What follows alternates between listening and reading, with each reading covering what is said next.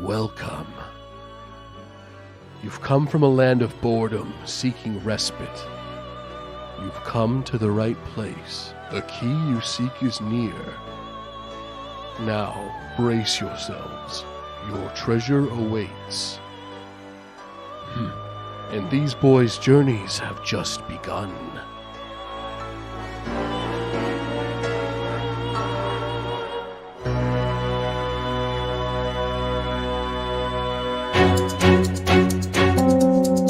Now listen here, you son of a bitch. I want the papers on my desk by Friday evening. Do you understand? Yes, sir. Sorry, sir. I don't think...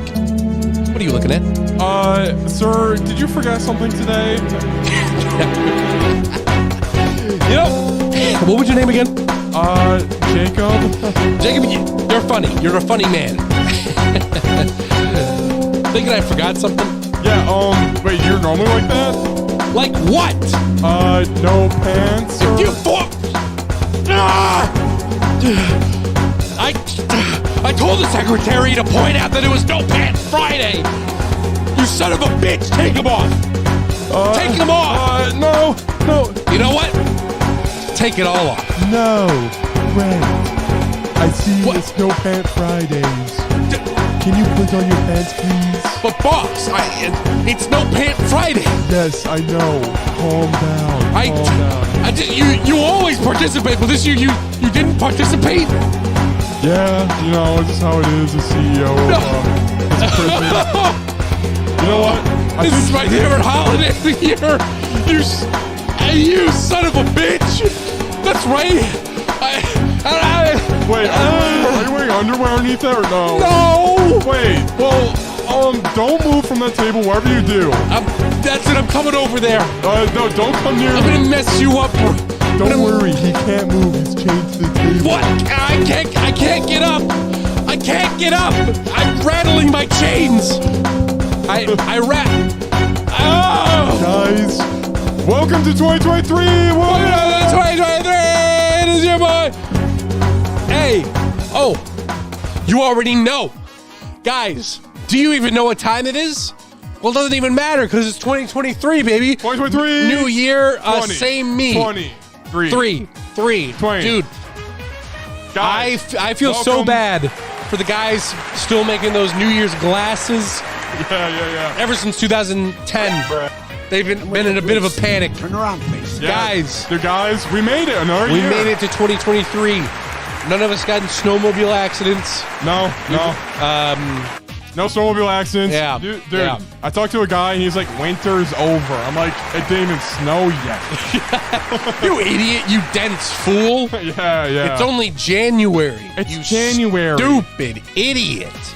Hell yeah. What a freaking moron. You ever call your coworkers that? You piece of shit. Dude, you all moron. the time. Yeah. Oh, behind their back, so. Oh, of course. But in front of them, just to their face, poke their nose. You idiot. You idiot. No, I was kidding. You dumb piece of shit. Hey, you know what? My New Year's resolution, talk less to you. Every time. Just talk less to trash. Yeah. Trash. But guys, we have some minty subjects for you today. But before we get into that. Before that, we got some cool stuff. Guys, welcome to Player vs. Player Podcast. We did like a month-long break, guys. And we did Game of the Year. And guys, we did do Game of the Year last year. You could have seen it live. The thing is, there's no audio for it. There was no audio for the first half of it. Yeah. And then we did get audio. Yep. For the category. All right. So basically, we did categories, you know, as we do. Yep. No audio for the first half. Second half, me and Grant fought about Sonic. That was like the drama. Yep. That's like the only fun part you guys would be interested in. But even that, though, we don't. Whatever. Yeah. And then the main pod had Blues in the Velvet Room at full blast. Yeah, so you wouldn't even be able to hear us. Basically, if you watch the video, it'd just be like... yeah. And then me going... yeah. But we'll do a summary later at the end of the podcast. We'll mention it. So just in case you guys are curious on what we thought were our best games of the year, stick around to the end of the podcast. Yeah, and we will show you the whole list, the whole ranking we did. Every single one. Yep. And guys, this is Player vs. Player Podcast. It is the week of January 16th. Well, we did more than a month ago. Yeah, whatever. Anyway. I moved an apartment, guys. It was very cool. Yeah, yeah. We're busy. We're busy. Yeah. Come on. Come on. Guys, I'm Jacob. Come on. And this is Grant. You can find him at Grant Guy Reviews on his channel. He did the top 10 movies of the year. Yo. That was a banger video by my dude. I saw that. That's very cool. Let's freaking go. Yeah. Do you agree with the list? I agree. I liked how Yo. Batman was one. I thought that was interesting. Dude, hell yeah. Hell yeah. And That Avatar was, 2 being 2. yep. It impressed me the most. Yeah. So, hell yeah. Yeah. And then, guys, my channel, Jacob's Gaming Adventure, it's Yep. dead. No, I was kidding. But, I've deleted my channel. no, I'm going to do it eventually, guys. It's just I moved, and now I'm set up. So, Excuses. but I'm planning to do it one video a month at least. What is the next game you're planning on streaming? Persona 5 Royal. Yo. Or Gray Ace Attorney. The thing is, though, I think I can't do it at night. I'm not sure. I guess I have to wait for a complaint from a neighbor first. Yeah, just do it, see what your limit is, and then pull back from there. Yeah. I guess, that I mean, too. they got a dog. You know, they can only complain so much. Dude, yeah. I hear your damn mutt growling all night. Dude, seriously, they bark at like 2 in the morning. And then I was also thinking, do I do it when I wake up till 10 p.m., the curfew or the quiet time? But then I won't hang out with people and I won't have any daytime out there. You know? Right. Or get errands done. So I basically have to stream at night. But anyway, we'll get it figured out. Jacob's Gaming Adventure, Grant Guy Reviews. Yep. And guys, please thumbs up this video, guys. We need a thumbs up. Guys, please. Some of the podcast. I beg of you. Guys, I'm just saying, we've been gone for like 6 weeks. Thanks for the people that listen. We've been consistently getting like 5 a week. Yeah. Did you see that? There are some consistent viewers. So thank you to you guys out there. Yeah. And thank you for the downloads, the likes, the follows, all of that shite. Shout out to Germany. I think or Hamburg. A lot of Germans. Hey, shout out to you guys in Germany. Yeah, hello. We'll make our first tour over there in Germany. Yeah, dude, they're like, oh, how's it going, Frankfurt? And they're like, it's Hamburg. And then, oh no. Help! You know what comedians do that or whatever? They say the wrong state or whatever. Yeah. Bruh. It's like, oh. You have one job. Yeah. Anyway, guys, so Grant, shall we just get right into it? Let's just get into this crap, all bro. Let me guys, I think it's been a while, but our first team attack. Let's freaking go. Wait, do we get copyright struck for this song? This is the one that we get copyright struck. Just talk over it. Stop it. Help. Team attack. Yeah. Yep. Very cool. Very good. Jacob, what is the game of the week? Oh yeah, so we have 3 drop frames. Okay, that's fine. Guys, basically, me and Grant were like, all right, what game should we do? That's a quick one. We were thinking we're gonna do only Game Pass as a challenge for a year. Maybe we'll do a Game Pass a year, and then maybe it'll be freaking canceled by the end of the year. That would suck. I can see that happening, though. Honestly. No, like Game Pass canceling. Game Pass being done. They're like, we're done. Yeah. Yep. It's not worth it. Yeah.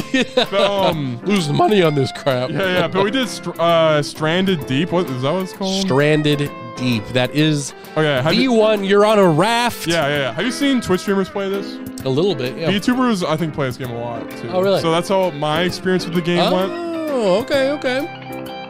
All right, Grant. So I'm the one that played it. Rip. So Grant, I'll have to talk to you, fill you in on it. Basically, you start off in a raft. Do you know what Rust is? Yeah, I know Rust. It's basically that, where you're like kind of a gross human looking, and you kind of like I've seen some of the basics of it. Like you get on this little mini island, and you just start by chopping down trees. Exactly. Make a bunch of stuff. Okay, so basically, I had struggles with the inventory management. Like you had to make a pile of rocks. So I'm like, I have 4 rocks, make a pile, and then only 2 would lay down, and that would irritate the piss out of me. And then also like, there was a tree growing out of a rock one time. That was weird. And then the water's pretty glitchy too. Sometimes like in the sand. Okay, basically picture this. I'm trying to explain this in a video game you've seen before. But all right, you got a beach, right? Yeah, okay. The beach, boom, it's going up to the land, right? And then it dips down a little bit. Just a tad, and then it keeps going up. There's no water that's supposed to be there, but the water clips through that little mini hill. And then it kind of like floods. 100%. You know what I'm talking about? Absolutely. 100%. Yeah. Basically, Sea of Thieves is a better water physics. Guys, play Sea of Thieves. But, all right, so basically I did the task it gave me. It's like, get sticks, get rock, build this, build that. Then it gave me kill a crab. I could not find a crab. I looked for like 20 minutes. I was like, bruh. Now, when you load up a game and I load up a game, are they different islands? Oh, so I think so. It is random. Okay, so crab not showing up. Yeah. That's probably like a oh crap. That's. I looked it up, and you're supposed to like go to a different island and find a crab. Oh, a different. Oh, so you can go from island to island. Yeah. Okay. And yeah, I guess. Wait, were you planning to play this game with me? Sorry if I didn't play with you. No. I mean, we can play at some point. We could. Yeah. But I mean, if you're enjoying it, that's fine. I mean, if you're like it's ass. It's not our type of game though. We're not dropping in freaking zombie. What's a freaking zombie role playing game where you're like all Project Dead? I think.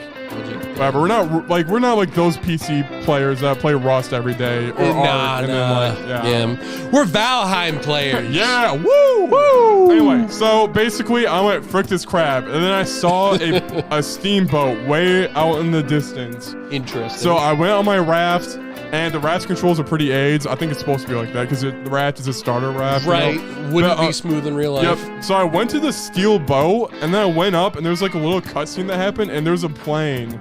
And then that's like your home base. It's like, oh, maybe this plane will work. And then you have to like fix a propeller, engine, get storage supplies. And so once you've fixed the plane, that's the end of the game? Yeah, I think so. Okay. Yeah. So it was kind of cool that I found I went from crab, and I'm sure if I did all the steps, it'd be like, go to that ship out there. I just went straight for it, you know? Right. So that was kind of cool. That was exciting. But other than that, I mean, it's aight. Okay. It's probably ideal if you have 4 unemployed friends, and then like they'll be gods here, you know. Dude, I feel like that's any like survivor crafting game. Like, if you have a lot of free time, golden. I'm sure I'd love Ark if I had no time. If I had all the time in the world. Dude, seriously. And also like what was I gonna say? Like freaking. It's okay. I mean, I'd rather play this with you. Yeah. For one night and never play it again. It'll be fun. 100%. I see what you're saying. Then you know, like instead of playing Minecraft, like say we do that every night. I don't know. I play Minecraft for fun. Yeah. I boot it on. I can play it over and over. This game, I don't know if I could do the same. Yeah. Well, the thing with Minecraft is you can like infinitely still do whatever you want. It feels like this one has enough of a goal to where you don't really care after a while. I did also see VTubers playing. They're on a wooden raft and they're just fishing for scraps while like sharks attack them, I guess. So, I did see sharks in the art for the game. Ooh, so were you attacked by a shark? Did you do the Sea of Thieves way out where you kill yourself in the end? No, I didn't. Oh, I should have done that. Oh, I should have. Oh, it was. Oh, yeah. Actually, I didn't even save because I couldn't make a tent because you have to make a tent to save. So I did the Xbox quit, and then honestly, I just quit it altogether. Like, you know, I restart. You know. It's one of those games where it's like, oh, I didn't save. I'll just delete it. Never play again. Yeah. Nah, I don't want to play again. But yeah, so that was the game of the week. That was this game of the week. That means the For real? rating is gonna be like 2 out of 5. Yeah. 2. It's good. It's good. Yeah. It is an okay experience. It's okay, man. Okay. It's not my. Okay, I get it. The models look like balls because you're prioritizing other areas of the game. I just don't like it when the person's shadow. I don't know. Okay, when you're playing a game and the arms are like this. The arms look good. I can't do that. Wait, and then you look down, right? So you're like. You know when you look down, you see like your chest and all that. And your shoes. And that's a look I'm not used to. Am I right? I hate that. I was just doing a fat joke now. Like I look down, I can't see my shoes. Anyway, guys, next week we're gonna be playing Madden 22. I think it's like Madden 22. Yes. It was gonna be Madden 19, but unfortunately that was not on Game Pass. So Madden 22 will have to do. I think will be the same game as Madden 2019 though, right? Because they just like keep going over and over again, and then like they forget a player, and then there's like a player that got kicked.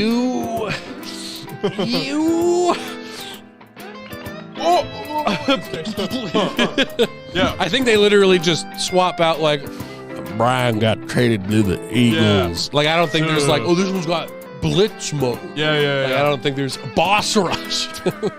Boss rush. Whoa. Dude, yo. Yeah, they're all the exact same game with minor graphical improvements. You know what kind of irritated me the other day? I think last year I got the Tiger Woods golf game that came out because it was on sale for like $15, and I like golf games. Yeah. Actually, no, this was like 2 years. This was before Mario Golf came out. And I got it, and I was playing it on my PS4, I think. At the time. Wow, this would have been a while ago then. But anyway, I put it in, and I was playing it, and I was like, these graphics look like ass. Like, what is this? Like, like, they have not really...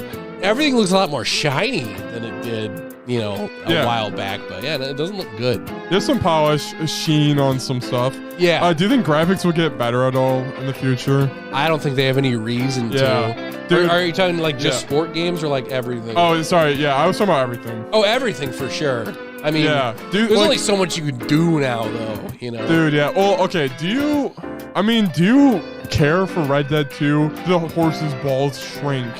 Like, does it need to be in there? There are some details I can appreciate, but like that doesn't need to be in there. Dude, that was a developer was bored one day, and they were like, "Hey, who's the horse ball guy? Look." Yeah, I got one at home. William, you son of a bitch! I told you to work on the horse's back, not his balls. Yeah. But yeah, like in Red Dead, I'm trying to think like Uncharted, I guess. I don't know. Well, Red Dead has a little bit more attention to detail. Okay. Like you in the snow area when you're walking, little specks of snow will come up from your boots, and they'll kind of like sit in the snow, and it'll go down. Also stuff like that. Speaking of this game of the week.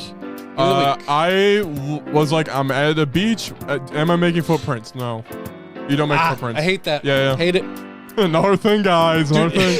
Wait, this is another small thing. Do you know what I always do? Yeah. Every time that there's a game with a beach or mud where I make footprints, the first thing I check when I see that I'm making footprints is I keep going in a circle, and I want to see how long it takes for them to go away. I think, dude, Animal Crossing, I've definitely done that. Yeah, we just run in a circle, and it's like, there it is. And then I just keep going. Dude. I kind of miss Animal Crossing. I kind of wish there was a good Animal Crossing game out there. Dude, Animal Crossing. Urge, kind of. What was that? It's just like, I feel like New Horizon is just like an empty shell where if I play it, I'll get no satisfaction from it. Dude. Guys, first one of the year. No. That's good. But but yeah, for some reason, like, I don't know, it came out in March of 2020, just 2020. Yep. And I'm like playing it like crazy. And now I have like absolutely no desire to play it. But I feel like it should be one of those games where I want to turn it on, but I don't.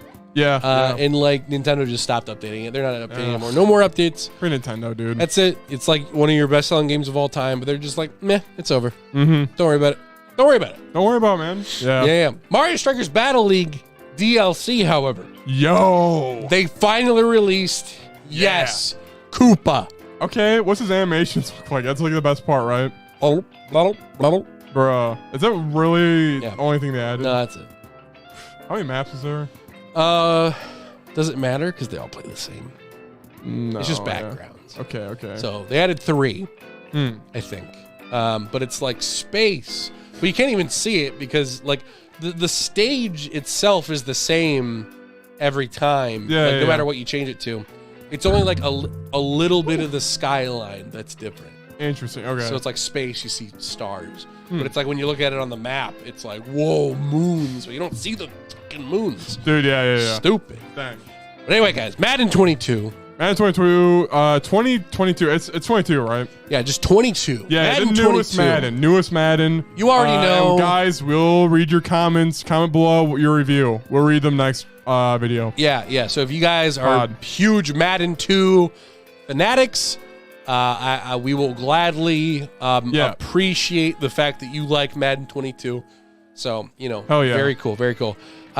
Anything else to say for Game of the Week? No, that's about it. Yeah. Okay. Let's just jump into weeks after weeks. Look at stuff. Sorry if the stream is stuttering a little bit, guys. Oh, looks like it's a little bit better now. It's fine. Perfect. Okay, so we got that into weeks. Yep, there we go. Going into the weeks. Yeah, I think something's wrong with me. I haven't potted in a while. I asked you a question, and you're talking about backgrounds. I forgot what game we were talking about. Oh, Meyer Strikers Battling. Oh, yeah, okay, yeah, duh. Yeah. No, I have that too, where I'm saying something, and I forget half of the sentence, so I'm like, yeah, well, and my favorite part was like, it was good overall. It was fine, yeah. It was fine. It was all right. But guys, we are into our weeks. Into the weeks. Grant, who goes first? You. Okay. Okay. Well, okay, guys, I moved in an apartment. That was pretty cool. It's freaking hype. I'm my own man now. I'm out there. Guys, Jacob's address is listed below. Yeah, guys, ladies, hit me up. What? Door's always unlocked. Whoa. Yeah. Well, yeah. Here's a genuine question. Yeah. Do you have you said you were planning on buying a gun, right? No. Oh, you were. I never said that. Dog. Oh. I must have dreamt that. I thought that was a conversation. Wait. No. I probably did, intending for when I own my own house, I'll buy a shotgun. Oh, I see. Yeah. Because I was thinking, like, what would you genuinely do? I should get a gun. Yeah. Well, you're sitting there, you're sleeping. All of a sudden, what the? And you walk into your living room. Big burly man is taking all your One Piece books. What do you do?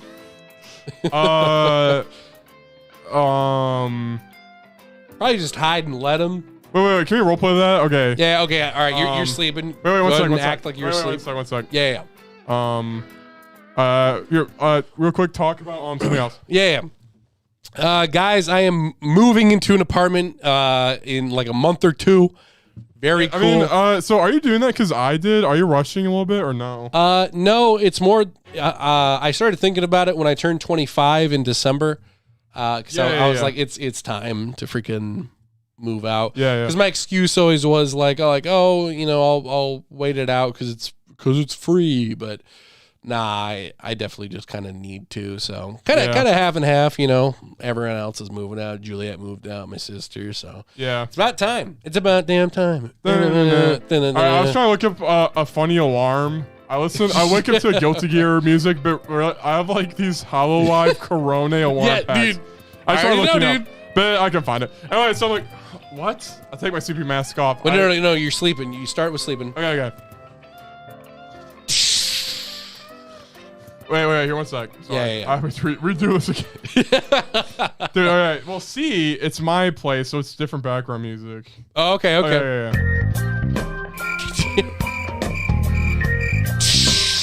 Huh? What? What's that? All right, boys. Go on in.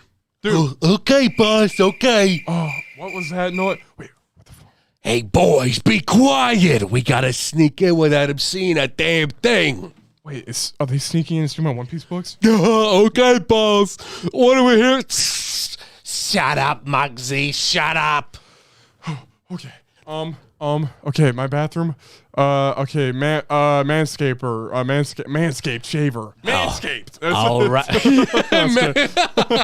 Manscaped razor. Yeah. All right, boys. Looks like his One Piece collection's right over there. Okay. So if I take this, hey, you. Hey, stop that. I look at the minion. Or is there two minions? Yeah, there's two of them. I look at them like, are they holding? Are you talking to Muggsy here? Muggsy. Muggsy's holding the books, but he's dropping a few. Yeah. And then who's the other one? Who's the other one? Bugsy. Yeah, Muggsy and Bugsy. Okay. Hey, you two. I want to touch those. Those have poison ivy on them. Boss, you didn't say nothing about poison. You idiot! Pick up the damn books. They don't have fucking poison. Dude, my intro there was so Kevin Callister, whoever the freaking Home Alone kid was. What's his name again? It's like Kevin. Yeah, it's like Kevin McAllister. Yeah, McAllister. Yeah, it's like, hey, stop. Have you seen the Family Guy one where it's like competent robbers? He just shoots them. Yeah. Watch out. There's wait. So, hey, get out of my house. What the frick? We gotta run, Bugsy. We ain't running until we get every damn One Piece in this apartment. Okay, take it. Take them all. Good. Yeah. You know what? Take the rest of his manga. Okay. You got it, boss. Okay. You got it. I got it all in my hands. Give me a drink. Please don't shoot me. I'm just gonna go to my room. Just take whatever. Oh yeah. Maybe it's about damn time I show me to your room. Oh no. Wait, I have a manga in my book. My Monster Musume manga is in my closet.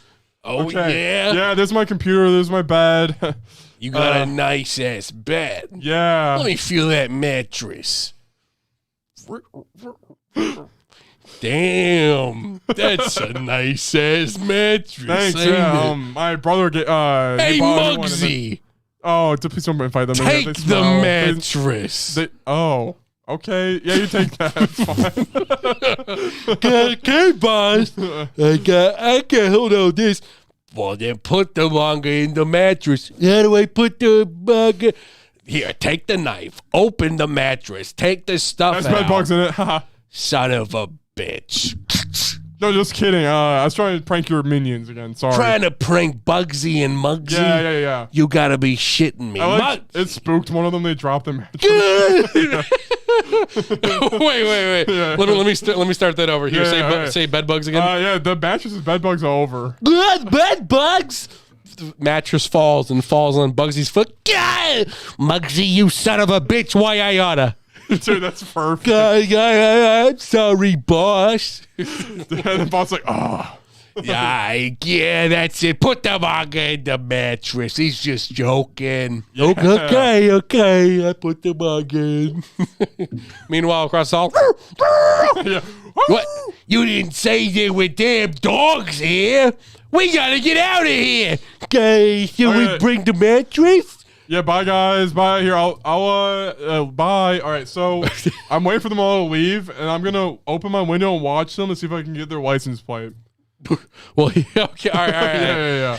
We better get out of here. Quick, Muggsy, did you bring the capsule? Yeah, I brought the capsule. He throws the capsule. A helicopter comes out. Get in the damn helicopter. See ya, boovie. Wow. I guess I can't get a license plate on that thing. Meanwhile, up in the sky. Wait. This is a really advanced bit. Can we actually put actors interviewing about that? Yeah, that was a clip from our movie. Guys, thank you so much. That was the clip from our newest movie, Muggsy and Bugsy. 3D.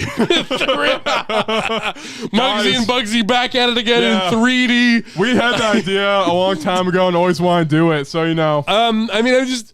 For real? Yeah, for real, Jimmy Fallon. Yeah. Thank you, Jimmy Fallon. Yeah. I knew you were here. I knew you'd like that bit. Thank you, Wisconsin. We're in Kentucky. Thank you. Yeah. Anyway, guys. Weeks. Oh, that was good. that was good. Oh man! All right, on to Weeks. Let's go. Thanks for following me with that weird bit with the actor thing. It's just I don't know. It felt right. Camera slowly pans out. Thank you guys. Yeah, we made that. The player versus player movie. Muggsy and Bugsy 3D. It's 3D for no freaking reason. Yeah. Like the only 3D part of the whole movie is the end shot where they're in the helicopter. Yeah. Whoa! It takes off in the audience. Hey Bugsy, do you know where the damn brakes are on this thing? I thought that was licorice. Wow! Oh, good thing we packed a mattress. It's a good thing we got the mattress, ain't it? Quick, get the books out of them. Dump the books off. Yeah. Dump the One Piece. What I'm reading it. Yeah. Oh my god. The bit keeps going. We could keep going forever. Holy frick. Guys, that's why. Guys, yeah, that's the sequel. We're going to be playing for the sequel. Oh, man. Anyway. Okay, do you mind if I actually show you a clip real quick? Yeah, sure. Send it to me on I'll send it to you on Discord. Yeah, I got Discord. I'm pulling up Discord now. Anyway, guys, Weeks. All right, so first thing I did at Cyberpunk 2077, I actually bought that game and played a little bit of it. Wait, really? Yeah. Dude. Meanwhile, how much was it? $60. $60. Behind the scenes, I'm telling Grant, like, I need more money. And I get Cyberpunk. Bro, if you went to like GameStop, it would have been like $7. Wait, what? Yeah, it's like $7. It's fives. Oh man, That's kidding. pay rent, dude. I have a digital addiction for digital copies of games. Bro. Oh man, dude, tell me about it. What have you been thinking of, bro? I honestly think it's really good story wise. Gameplay, don't know yet. Yeah. Story wise though, it's kind of a bop, dude. It's kind of good. I've heard the story is actually pretty good. That's what I'm playing, and the music slaps. That's mainly what I do. I did the story.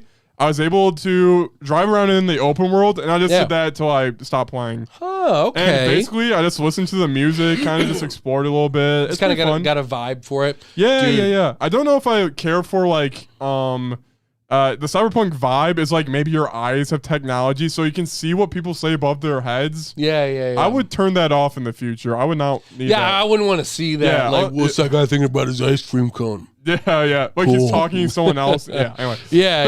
Cyberpunk, pretty good. And I mean, I think it's a decent game now, isn't it? I have no idea. I've heard that they have actually fixed a decent amount, so... Mm-hmm. Well, you guys can expect me never to touch that game again. Anyway, so next up, this is a good game. I might. Next up, Gray Ace Attorney. Playing that, trying to get my backlog, specifically Gray Ace Attorney. Dude, nice. Done at least those two. Okay. And then P3P, bro. I'm just kidding. P3P. But Gray Ace Attorney kind of is slapping. The first game. How far are you? I'm on the fifth case, and it's been like 9 hours in the fifth case. Holy crap! It's been a lot of investigating and stuff. But it's good. It's good. The animations are still charming. Basically, first game, the first two cases are good. Oh, no. Okay, it goes like first is good, second mid, third is god tier, fourth is mid, fifth is pretty great so far. Okay. So the mid one's kind of lowered the game down a bit. Justin tells me the second one's good. It's cool at the end of the game though.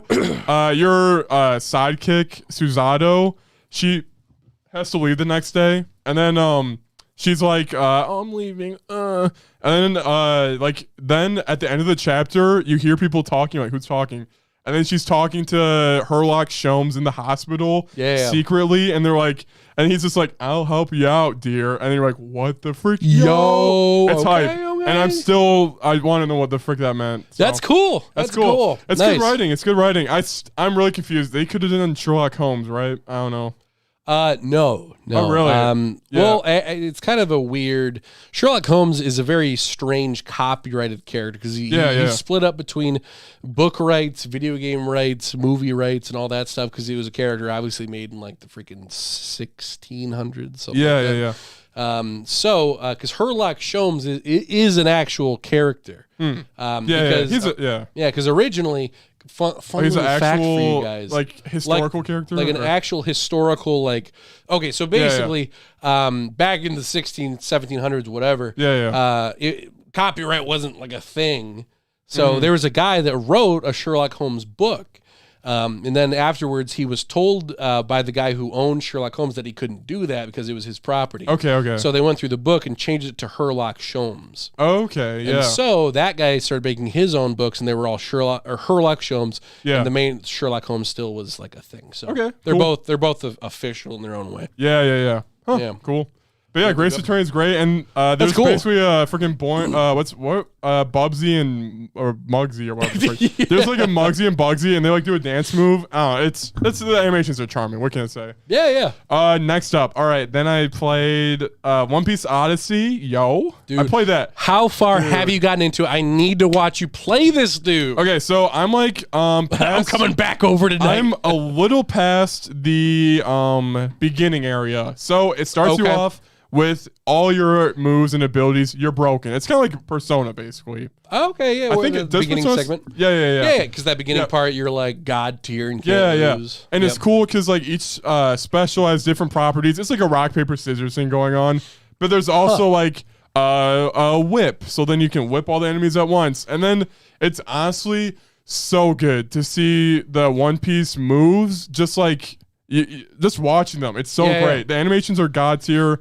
The writing It's great. It's like you're on an adventure with the Straw Hats. I'm just saying. So it feels like you're actually watching. And they're One like Piece. referencing like events that happen in the story. Yo, it's not like some like totally like out of left field like what. Yeah. Like they're like and then also like I was playing with Mason. And I was like coming in my pants, and he's just like, "Bro, what the piss?"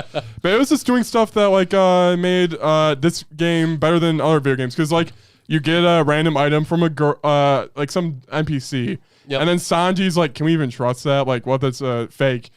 Because I feel like most anime games, they go, thanks, mister. And it's just like, that's not Sanji, you know? Right. But instead, he's like all suspicious. They have their personalities. So there's a lot of their character in it. That's cool. Yeah, that's it's really cool. And the bat, dude, it's like kind of crazy. The Dragon Ball fans, they've been eating good for decades. One Piece fans finally get their game. Dude. Let's go.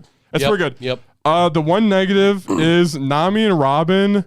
The cutscenes are horny for them, I think. I'll be directly honest. I'm horny for Nami and Robin. Sorry, Mason, for playing with you. I was like, no. but it's kind of annoying because like Luffy's like he's like, okay, actually, can we cut to Yeah. All right, picture Grant's Luffy, guys. Here, can you say your Luffy impression, please? Guys, right, it's me. Picture my fist is Robin's. I'll be the side Pirate boob, okay? King. I'm the Pirate King. No! It's like that. Stop. Oh, like her tit is that's her tit? Yeah, that's the side boob. Picture it's like, I mean, I can't even blame you for that. It's like it's there. It's there. It's like you Dude, look at first, you know? You're gonna have fun with a Cyberpunk 2077, let me tell you. Yeah. And like the models could have a little bit more facial animation. I think. Because Luffy's running around like this. I'm like, I don't need to see him angry, you know? Same thing with Kakarot when I play that one. Like, I think it's going from watching the anime where they're like super expressive to the game where they go from like what to whoa yeah. You know, yeah. Oh, freaking stop the cramp one. Yeah, there we go. Yeah, but it's really good. And like, okay, another negative. There's like 2 enemy types. I'm pretty sure in the same amount of time, Dragon Quest 11 presented like 10. So yeah, okay. Well, there will probably be different like throughout the game, but you're saying for like the good chunk that you've played so far, it's been like the same too, dude. Yeah, and it's kind of weird. In the Straw Hat crew, you got Luffy, Zoro, Sanji, the strong 3, bro. The strong 3. Then the bottom, you got Nami, Usopp, Chopper, the weak 3. They like to say like, oh, you go first, you know, that type. Yeah. It's kind of crazy. The stats like actually reflect that. Like Luffy like one-shots people like every time, and then like Usopp doesn't. Yeah. So I think more like Chopper will like heal you. Nami will do like Mirage stuff, which is very much like how they interact in the anime with enemies. Yeah. They like outsmart them instead of like overpower them. When Luffy overpowers them. Do you have your gears? Oh yeah, you have gear second. Yeah. You have gear second, which is cool. I don't know if you get gear 3rd, 4th, or 5th. Now, how does that play into the gameplay? Is that just like, you it's use a special move? Right now, it's and a then special he just move. has it for a second. Yeah. Okay. And then he's powered up if you use a gear second move. Are there any? Because I don't know too much about it. Are there any gears where he like turns into and he's just like a that unit? Gear for like? Yeah. That's usually basically every gear. Well, every gear when it's introduced shows like him being tired after. And then usually the longer the anime goes, he's like, I can do that whenever now. Much like Super Saiyan 2 and Dragon Ball. Yeah, well, that's kind of what I was thinking, because in Kakarot, the way that it works is like you basically have to like save up your energy, and then you have to like put it on like a D-pad thing. So it's like, okay, I turn into a Super Saiyan 2 now, or a 3, or God, or whatever. Yep. Okay, so it's just moves then. That's cool. Yeah, it's cool. But I didn't see 3rd, 4th, or 5th gear in the beginning intro. I don't think they'd spoil that either. So maybe it's in there. Yeah. Huh. 3rd should be in there. 3rd definitely will be in there. Yeah. Well, where is this taking place? Or is this kind of like it's outside canon? It's on a different island. Different island. Yeah. It's on a new island. Frick. I forgot why they were visiting there. Yeah. Wait, were they? Yeah, why were they visiting there? I forgot. So probably not canon then? Usually the video games aren't really canon. It's made by Oda, though. Oh, I think they were just visiting an island because it looked cool, I think. That's fair. But it's made by Oda, so that's cool. Yep. Original story. So I think he did the outline. The writing's god tier though. Dude, that's usually cool. with One Piece games, they actually are decent. Which I said Dragon Ball games are. We've been in the drought for so long. One Piece Unlimited World Red was actually pretty decent, I thought. What was that one again? Basically, the main guy was a vampire, and he's like, "Oh, I can't dream. I'm old." And then Luffy gets bitten by him, becomes old, and beats his ass. And he's like, "Bitch, I beat you." When I'm old, bitch. Yeah, basically like that. It was pretty cool. And I'm like, okay. Yeah. Did you get into the Pirate Warriors games at all? Oh, I own like 4, and I play a little bit. Warriors games. Yeah. I'm committed. You have one binge section, and then that's about it. I think, honestly, you have one series. I will binge freaking Samurai Warriors like a cock. Yo, on the 3DS, I love those. And then you'll binge probably Zelda, right? Dude, Hyrule Warriors. But how about the Fire Emblem? No, Cord is obsessed with the Fire Emblem one. Okay. He's like 100% of them, even though they're like impossible. He loves Heroes, though, so I mean... Yeah. But yeah. Dude, very cool, very cool. One Piece, very cool. All right, next up, I'm forgetting about, I'm going off the top of my head, Doom Patrol, watching that. Let's go. Right. Basically, this is the DC's response to freaking, Guardians of the Galaxy, maybe? Yeah, I could see that. The wonky, it's like X-Men, but weird, you know? Yeah, the funky crew. Yeah. So, crew of misfits. Yeah, basically, Grant, I showed you like a cool song. I'm on episode 12 or 13 of this. It's kind of slapping right now. Dude. There's a lot of like setup and character backstories you kind of have to go through, but they're always pretty, like, they're banging. I love all the characters in it. Yeah. It's finally clicking with me. And like, for example, the villain's really cool because, like I said before, he's a narrator. Yeah. So he can be like literally like he's like, I want to learn your backstory so I can control your weakness. So then you're like watching a backstory, and it's a kind of interesting way to present origin story of a superhero. Yeah. I'm thinking for the watchers of Nile, the backstory for Nile. But basically it's cool because in episode like 3, Mr. Nobody, the villain, he's like a CGI weird looking dude, but he's a narrator and he's like, never stop looking for me. And then like 10 episodes later, Cyborg, you know Cyborg. I do. This Cyborg's cool. He's cool. Yo. He doesn't trust his dad because his dad is like, I'll tinker with you, my boy. And then he has to shut down Cyborg when he tinkers with him. And Cyborg's paranoid. Oh, is my dad freaking like do something I don't know? Oh my gosh. And like literally like in the last episode I saw, his dad's like, take this chip, it'll heal you, it's fine. And then Cyborg's like, I don't trust him. And then he like saw a memory of a security camera of the dad going, oh yeah, if Cyborg becomes 100% machine, I don't care, he's not my son. And you're like, holy frick. Yo. So then Cyborg kills the piss out of his dad, like punching him. And then Mr. Nobody shows up, he's like, man, you're gullible. I said don't chase me. I made that scene up. And it's like, what? He used a narrative to attack what the piss. Holy like, crap. He's like, that wasn't even real. I'm like, oh my, he like defaked his dad, I guess. But he's a narrative. So then, So I left to the last episode with that. I'm like, whoa, what the frick? Dude, that's freaking insane. It's pretty cool. I dig it. And like this weird, it's just weird and wacky. Cause like, for example, the main character, freaking, who's the actor for it, dude? Who's in The Whale? Brandon Fraser. The actor for Mr. Robot Man is Brandon Fraser, and his voice acting is actually pretty awesome. Yeah, dude, he won for best acting performance recently. Oh, really? Yeah, for Whale. For Whale. Dude, I need to see that movie. Maybe dude, I think I'll cry though. I think. Yeah, I saw a couple scenes from it. Like I was like, holy crap, he's cool. Yeah, gotta watch it. Yeah, and it just has that wackiness because like Robot Man, he needs to like get connected with his daughter again. She lost a special going to watching a crocodile. He goes searching the whole episode, and at the very end, you think he didn't find it. Then a crocodile like launches up, and he's like, oh, and it's just like, whoa, what? Here, I'll show you honestly. Yeah. Here, can you? Yeah, for sure. Yeah. Anyway, DC. I think this is like the best DC show. Definitely probably. why you gotta watch Peacemaker, dude. Dude, so good. Okay, yeah. Another legendary DC show. I freaking loved that one. All the way to the very end. Like it also does a really good job of like dividing its humor between, serious moments and stuff like that. It's super cool. Yeah, exactly. Okay, so let me switch to the old. Oh, Ooh. To the old dual screen. Before we get there, now we cover that up so they don't even see that. You guys can't see our background stuff. Yeah. There's so much stuff going on in the back. All right, glasses going on, boys. All right, so let me find this site. It's going to be where it's like most replayed. Okay, no. She leaves. She's going to leave. All right, yep. Right about, okay, yeah. Okay. So, yeah, everyone can see. Perfect. Okay.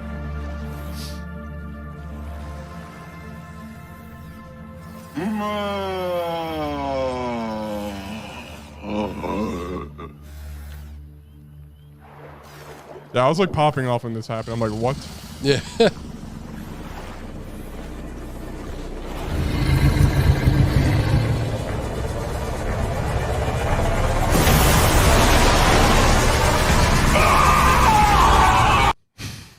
It cuts there and he already defeats it. But dude, classic robot man. He's just screaming and like literally nothing can hurt him at all. So it's like, yeah, we all know what will happen, you know. Yeah. But yeah, anyway, that's just an example of the wackiness, you know. Dude, that's fantastic. That's There's like awesome. another one where like a go eat something, go to another dimension, and stuff like that, you know. Yeah. And I'm gonna check the docket for any more scraps. Any little leftovers from. And the docket says, oh, what's the menu? Oh, yeah. Oh, and Team Attack we did last month. Oh, yeah. All right, guys. Menu, really good. It's a good movie. If you want to watch like a suspense horror. Dude, I'll definitely watch that at some point. Maybe you and Autumn would like it. Oh, well, okay. Wait, what's Autumn's limit on gore? She's pretty much fine. He gets stabbed in the balls. And he's fine with it. Do you see the balls? No, it's through pants. No, it's fine. Okay. Yeah. Yeah, I think that's basically it. There's like a horrible scene. Oh. There's actually some really fun. I think it's like entertaining because there's like enough like what the frick. That's kind of funny.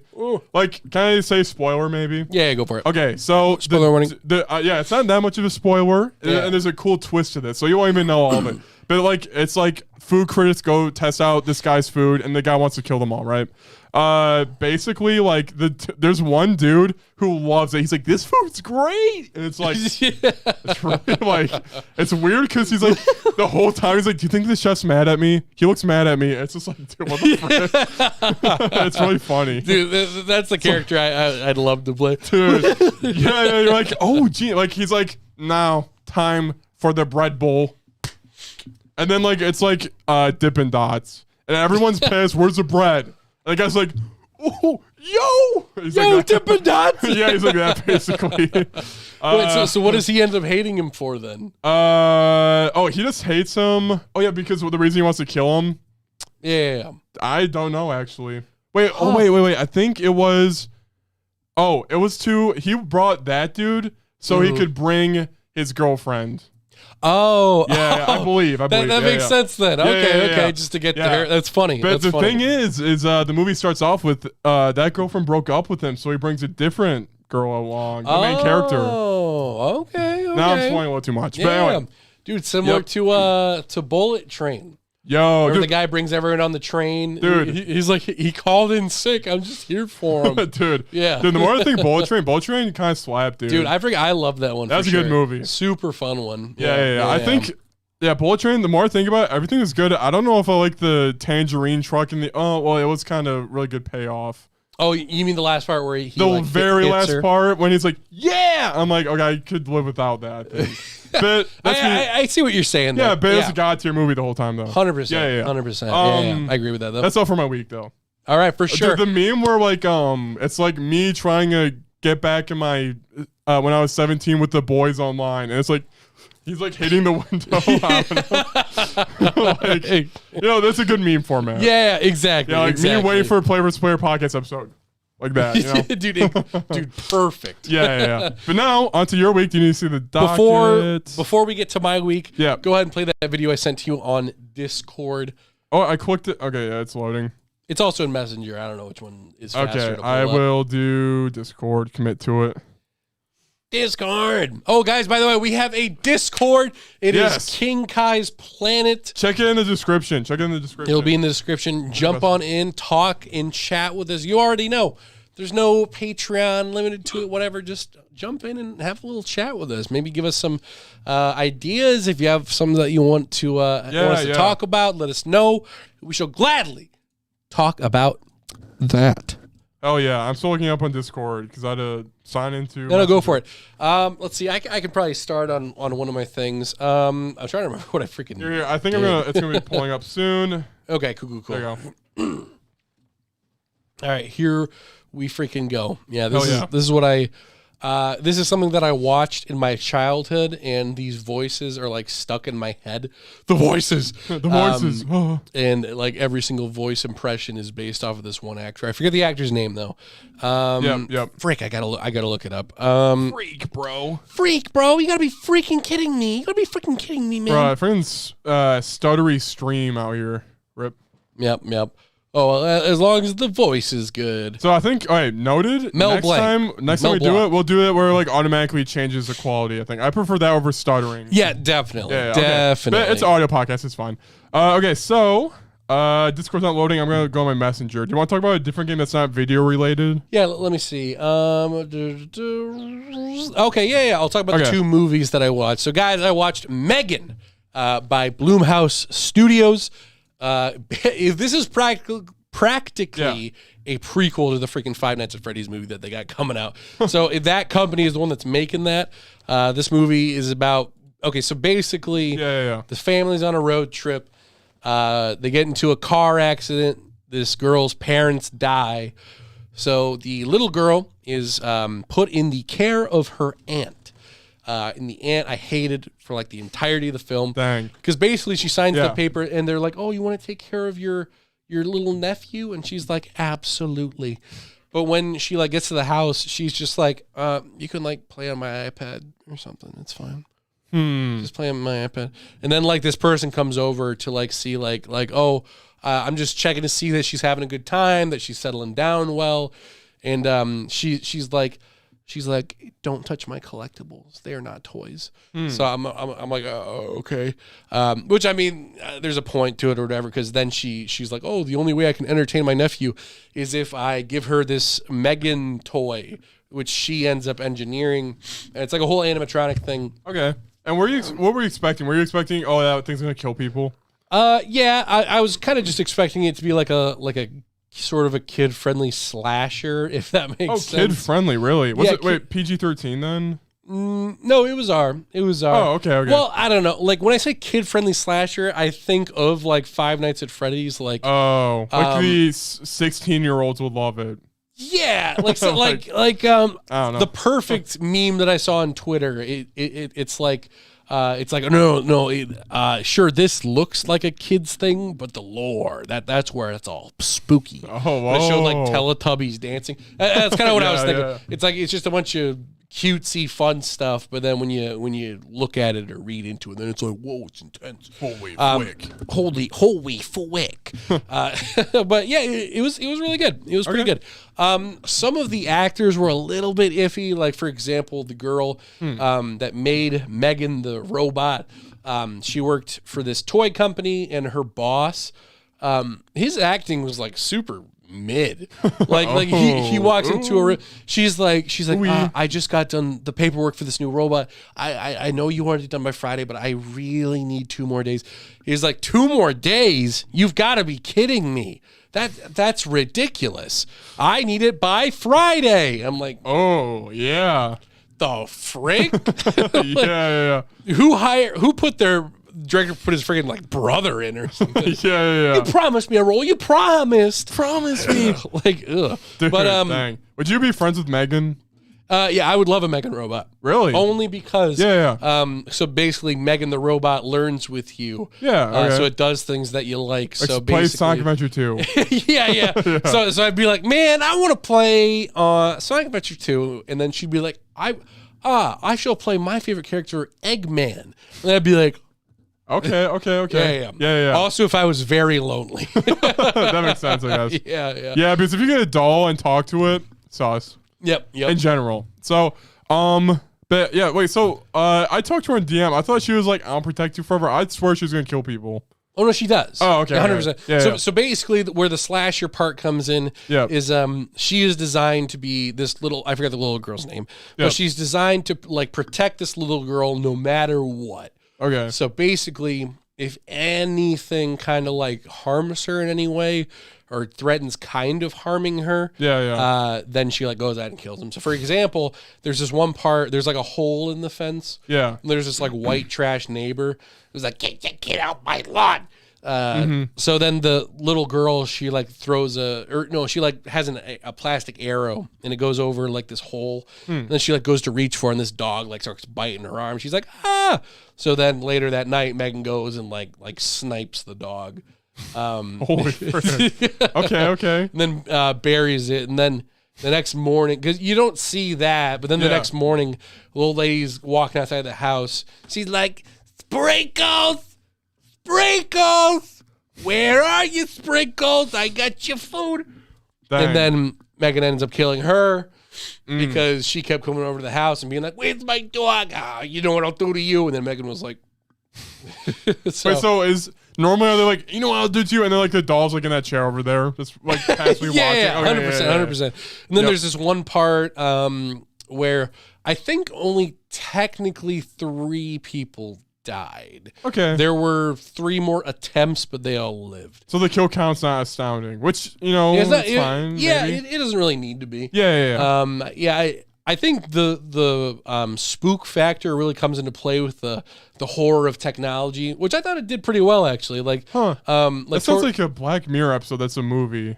That sounds pretty good. I can see that. Yeah, maybe I should watch that one. It was pretty good. It was pretty good. And like at the very end of it, after the aunt who built her finds out that she's been killing people. Yeah. The toy company is like, well, I don't want to spoil everything, but, but like, basically, it's like Halloween 2. I don't know, where they're like manufacturing a death doll. Pretty much, except before they manufacture it, she goes around and she kills the boss. And she kills like this. Dude, there's a play. We're not gonna take it. Oh no, dude! Hey girls, are gonna have fun. Gonna have fun. There was actually one really cool part. Like this one guy at one point, you can see him on a computer, and he's like putting company files into his own personal folder. Just something you see for like a split second. Yeah. And then he's like in an elevator, and then she goes up to the elevator, and he's like, "What are you gonna do to me?" And she's like, well, no. He sees that she just killed the main boss. Yeah. So he's like, you killed him. And she's like, no, you killed him. No. Because you see, you've held a grudge for quite some time. Because since she's like techie, she's connected to the whole like factory. So all the stuff that he's been stealing, she knows. So she's like, you've been stealing data for quite some time. And when he found out, you got confrontational. And then she stabs him, and it's like, and then immediately on the news, it's like he committed suicide after killing his boss. It's like, oh, okay, yeah. So yeah, it's pretty good. It's pretty good. I quite enjoyed it. That sounds good. Yeah, hell yeah, cool. And yeah, so other than that, I also watched Plane. Wait, did she? Unless you had a go for it. Well, no, I'm just doing like dumb Jacob questions. No, go for it. We don't. Can you ask her anything? Can you call her other than Meg? Can you say, "Hey, Megs"? I don't know. Yo, what's up, Megs? Yeah. All right, could you call her a different name? Hey, bitch. Yeah. I was gonna say something, but I forgot. Anyway. Yeah. Whatever. Well, I would definitely recommend watching it. Yeah. It's a fun. Well, because basically, like, there's another part where it's like she learns she adapts to what you learn, and like the little girl goes to the bathroom, and then she's waiting on the outside. She's like, "Wash your hands," and then she's like, "Oh, okay, my bad." And then she washes her hands. And then it goes to another shot of her going to the bathroom. Then she comes out. She's like, "Wash your hands." Okay. I'll watch that. Have you seen? All right. Do you know Halloween 2 at all? Which one I brought up earlier. Yeah. Do you know why it has like doesn't have Jason? Not Jason. Wait, is it Jason? No, it's freaking Freddy. Is his name Freddy? Yeah. That's not. Wait, no. That's Nightmare on Elm Street, dude. Okay. Oh wait, frick. Michael Jordan. Michael. Yeah, Michael Jordan. So I was like Michael in 1, nothing in 2, and then he's back in 3 because 2 was bad, I guess. Whatever. Yep. Okay. Have you seen 2? Yeah. Piss. Damn. Damn. I was like, oh, we can watch it. Yeah, anyway. Yeah. But yeah, interesting about Megan. Interesting. Yeah. So is that count as a 2023 movie or no? Yeah, it came out like that one Friday. Yeah. Or whatever. The one Friday. Bro. Dude, did you see that one Friday even? Yeah, nice. Autumn had got tickets for it, so I was like, oh, all right, cool. Yeah, nice. Yeah. But yeah, other than that, I also watched Planes, the second 2023 release that I've seen, and that also a pretty good one. Yeah. Gerard Butler, as many might know, from being the Phantom of the Opera. Oh, really? Yep. I didn't know that. I didn't realize you liked horror movies so much. Horror movies. Horror. Horror. Well, this one's not a horror movie. This one's just like an action flick. Oh, dang, I thought Plane was. Wait, weren't you telling me earlier? I guess maybe I was misspeaking. Yeah. Misspoken is the word. Ooh. So basically, he's the pilot of a plane. Yeah. And then it's New Year's Eve, so it's super busy. And he's looking on his little iPad, and he's like, "It's supposed to be like super stormy over here." And the meteorologist or whatever is like, "It's fine. We don't have the gas for you to go around." So he's like, "Freaking cock." And then they start going. Plane gets hit by lightning, falls into an island near the Philippines. It's an area that the government won't go to. And basically, there's a whole terrorist organization. Basically the whole fun behind it that I thought was all the passengers and like how they react to certain areas or whatever. Yeah. Like one of the biggest tensions of the movie is the guy, I forget the actor's name, but he played Luke Cage in the Netflix Marvel show, which was pretty good.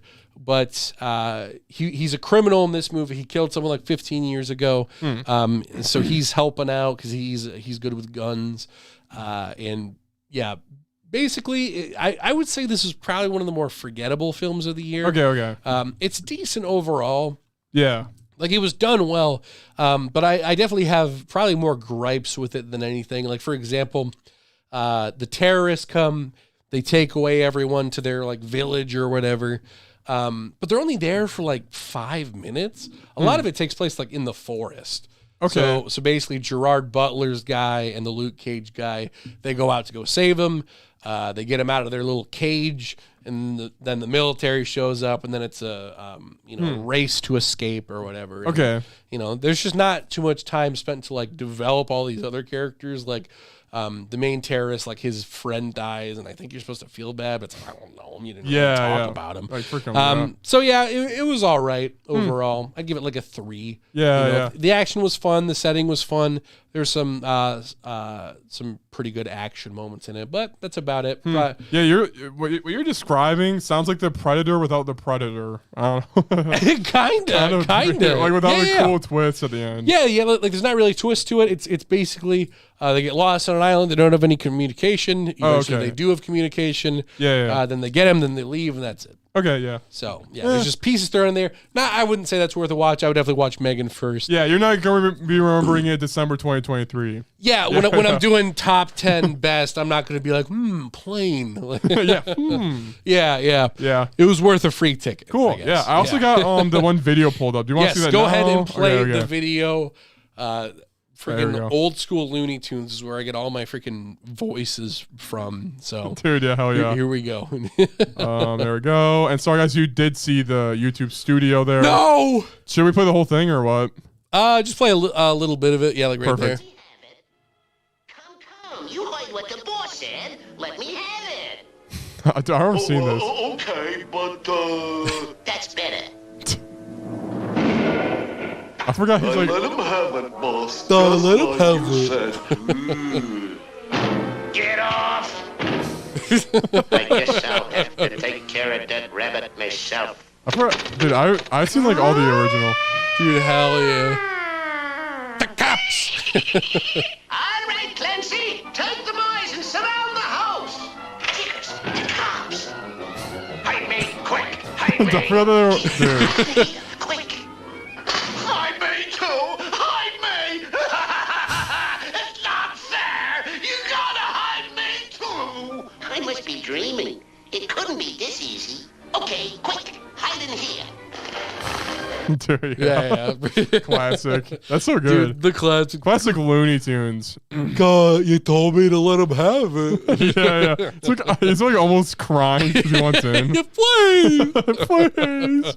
But other than that, going on to the next things, I think it's just 2 games that I had left. Yeah. Yep. Oh no, I have 2 more subjects. Oh well, one small thing, I've been playing Kakarot. Oh yeah. But I freaking still on that poll. Lost my save data. Oh. Yeah. But Rip. best part also, of the mid talking when you're talking about playing, I just remember I bought Cyberpunk for $60. Frick. It's probably because I mentioned the free ticket. Yeah. Money. That's true. Like, oh, $60. Yeah, no, it's legit that, yeah. Because, dude, remember my rule. I won't buy it until I find it for $8 or less. Yeah. And it is $8 less right now, so maybe I'll play it too. That'll be maybe. next week's game of the week. No, it's not in Game Pass. Nope. But, yes, so, guys, first off, let's talk.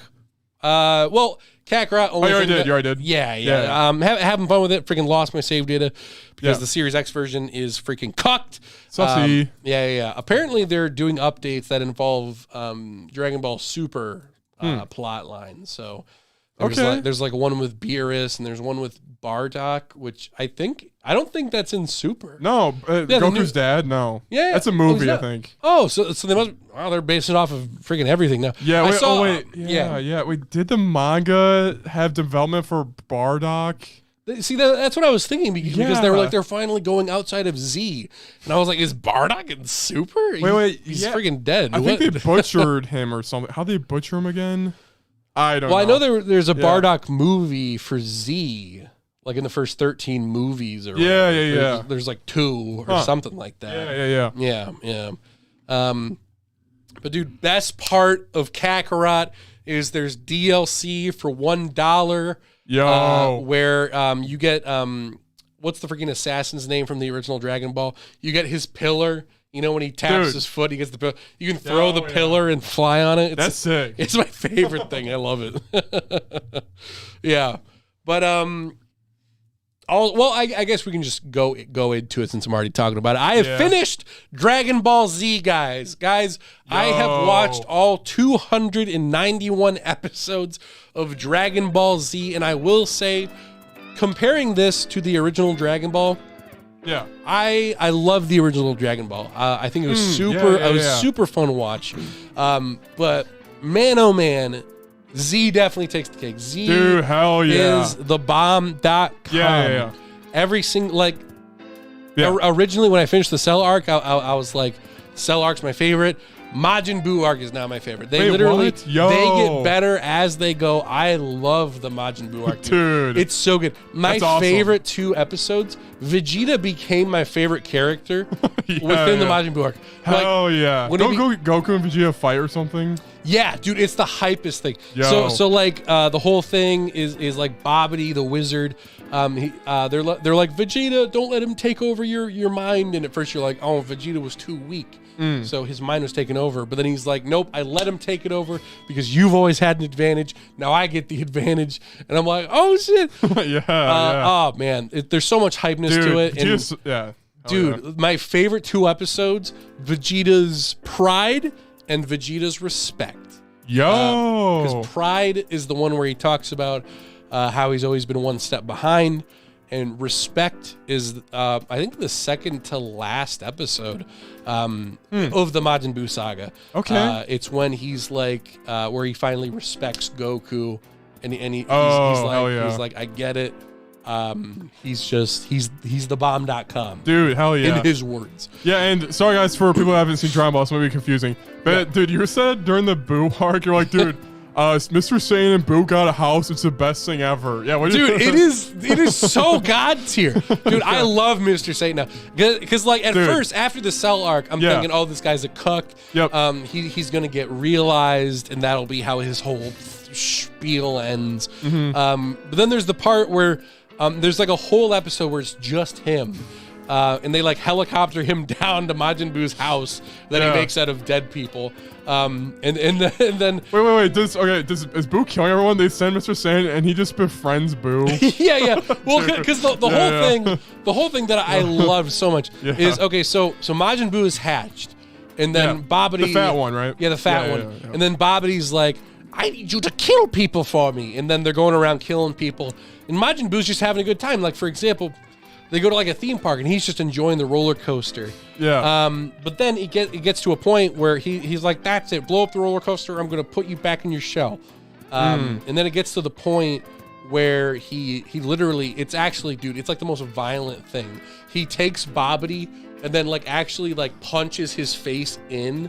And like you see his face collapsing, and then it just sprays blood out the other side. I was like, "This is not in Kai." Oh my god! I was like, what you oh? Oh my gosh! It's like Luffy Gear 5-bit. Like it does damage actually. Yeah. Like, dude, it was freaking insane. I was like, "Holy crap, dude!" So he does that, and he's like, "Boo is free to do whatever Boo wants." It's a horrible impression. But then Boo goes around and keeps killing people. But it's because it was the only thing that he was ever told to do.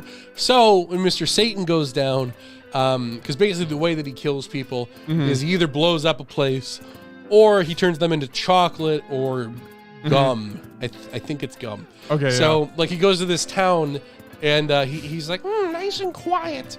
But then everyone's screaming because it's Majin Buu, so he's like, oh, be quiet. So he turns everyone into gum, and that's how he makes his house. Oh, gum. Yeah. So then Satan comes down, and it's so funny because he has like this bag of like tools. So he's like a Game Boy, and he gives him the Game Boy. He's like, look, Boo, why don't you play on this for a little bit? He's like, okay. And then he has like a bomb inside of it. So then he blows it up, so it blows up in Majin Buu's face. He's like, I love this toy. It blows up. I love blowing up things. He's like, not a lot of people like that part. Yeah, it's so dude, good. hell yeah. Also, yeah, we're gonna keep going.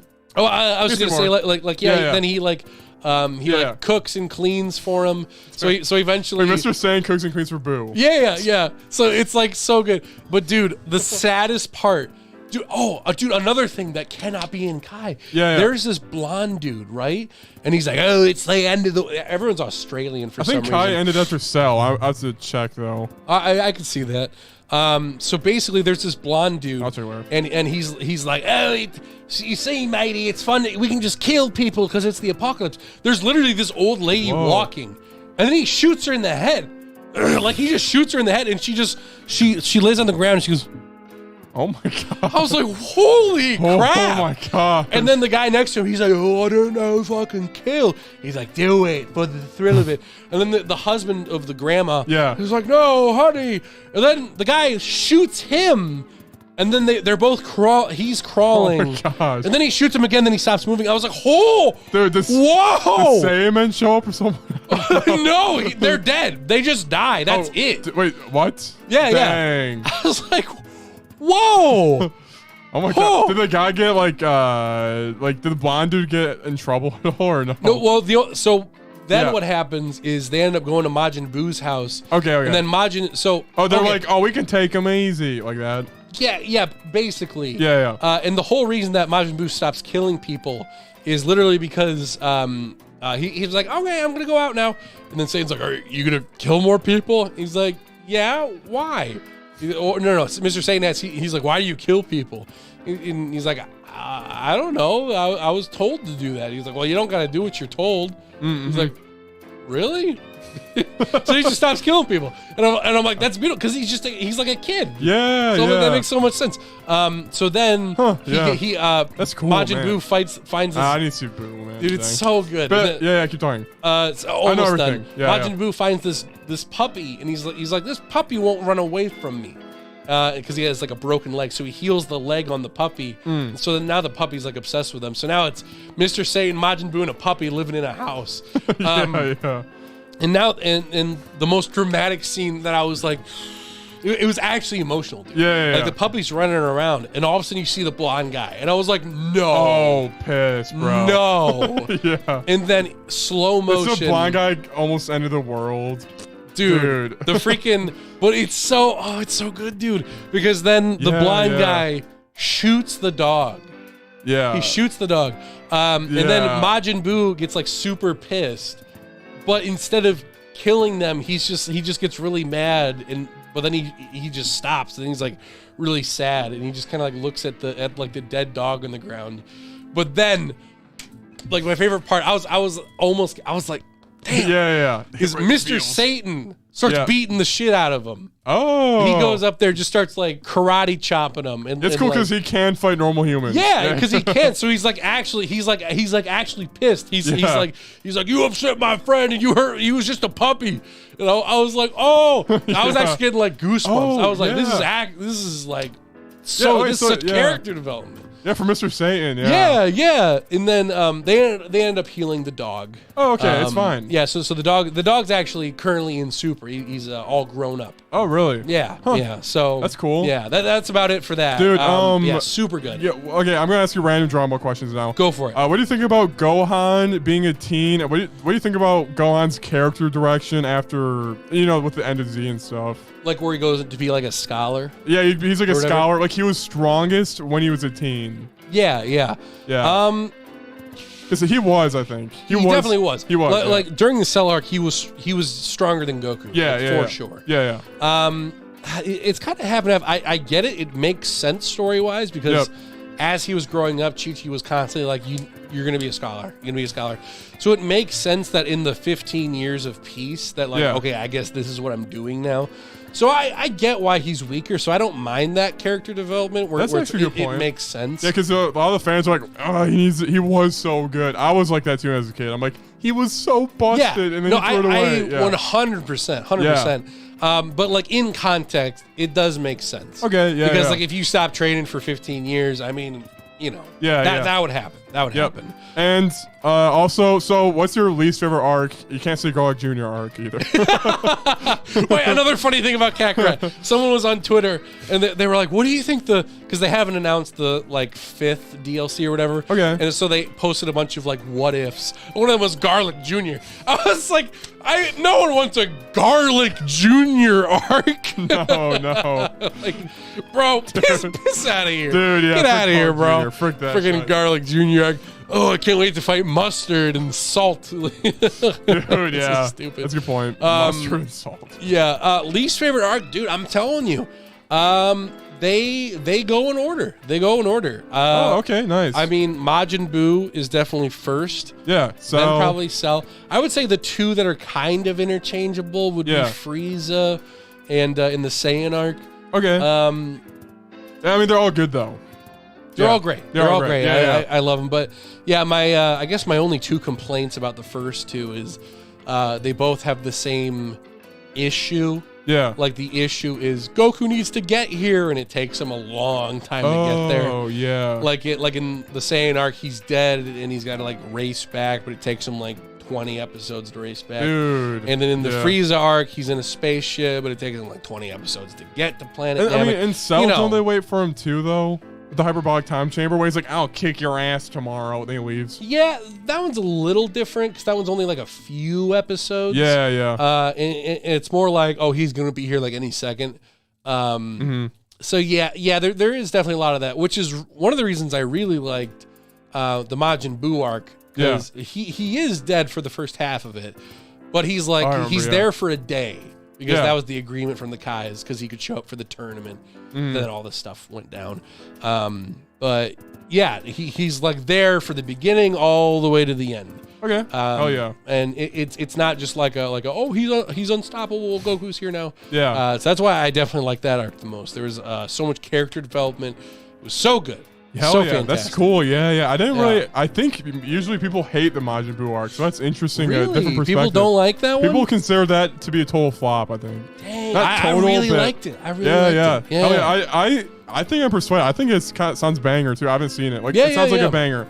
I can see like if you hate. I think most people don't like Gohan's direction. Yeah. And like what is it? So, like, no, I think this is Gohan people. I mean, I could definitely see that, but yeah, like in context, I get it. Yeah. So it doesn't frustrate me as much. Yeah.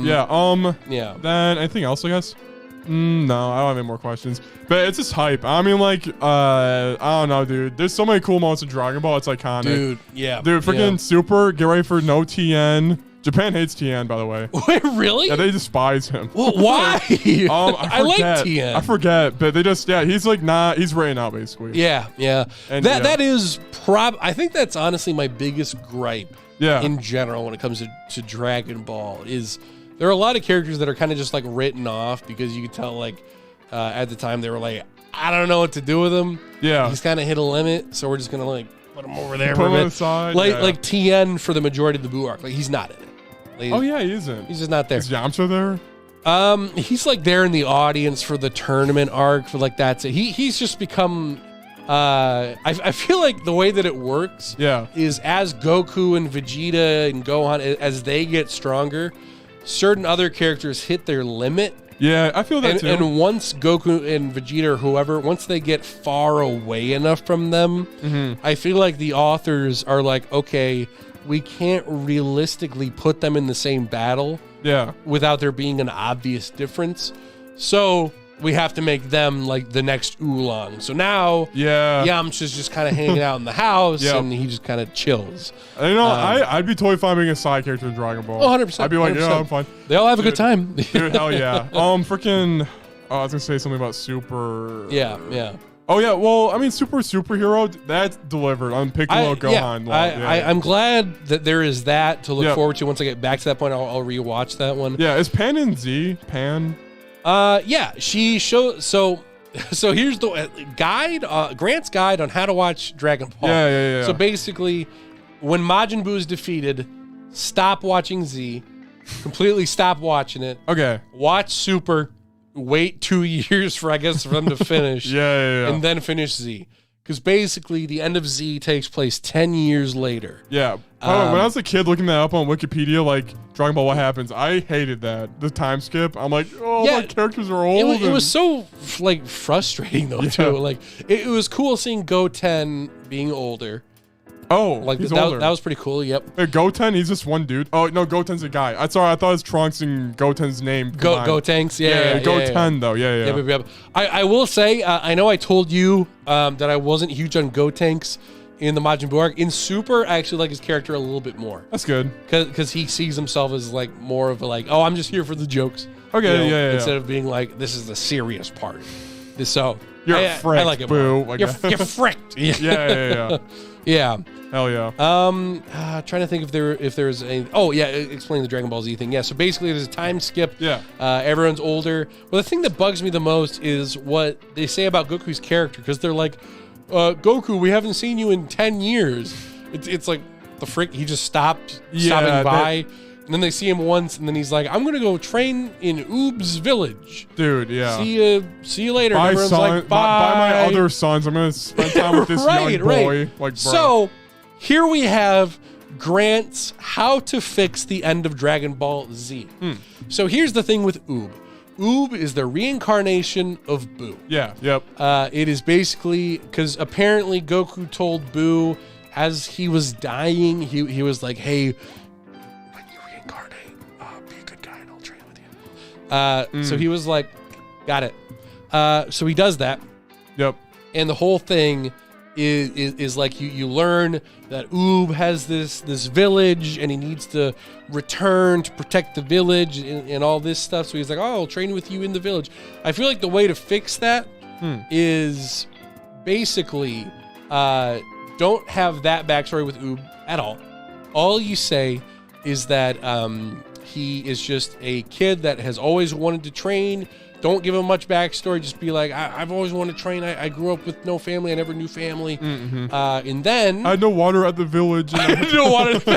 What is the village water? Yeah, the village water. And then basically, when Goku fights him, he doesn't know that he's Buu. And then halfway through fighting, he's like, oh my gosh, this is the Buu reincarnate. That would be cool, yeah. So then, basically, so remember at the beginning, Oob said, I never had a family. Well, now he does. Hey, Oob, come and train with us, train with my sons, and you can be a part of us. So now we have this new saga starting. You have all your cast and characters. He's not ditching his family.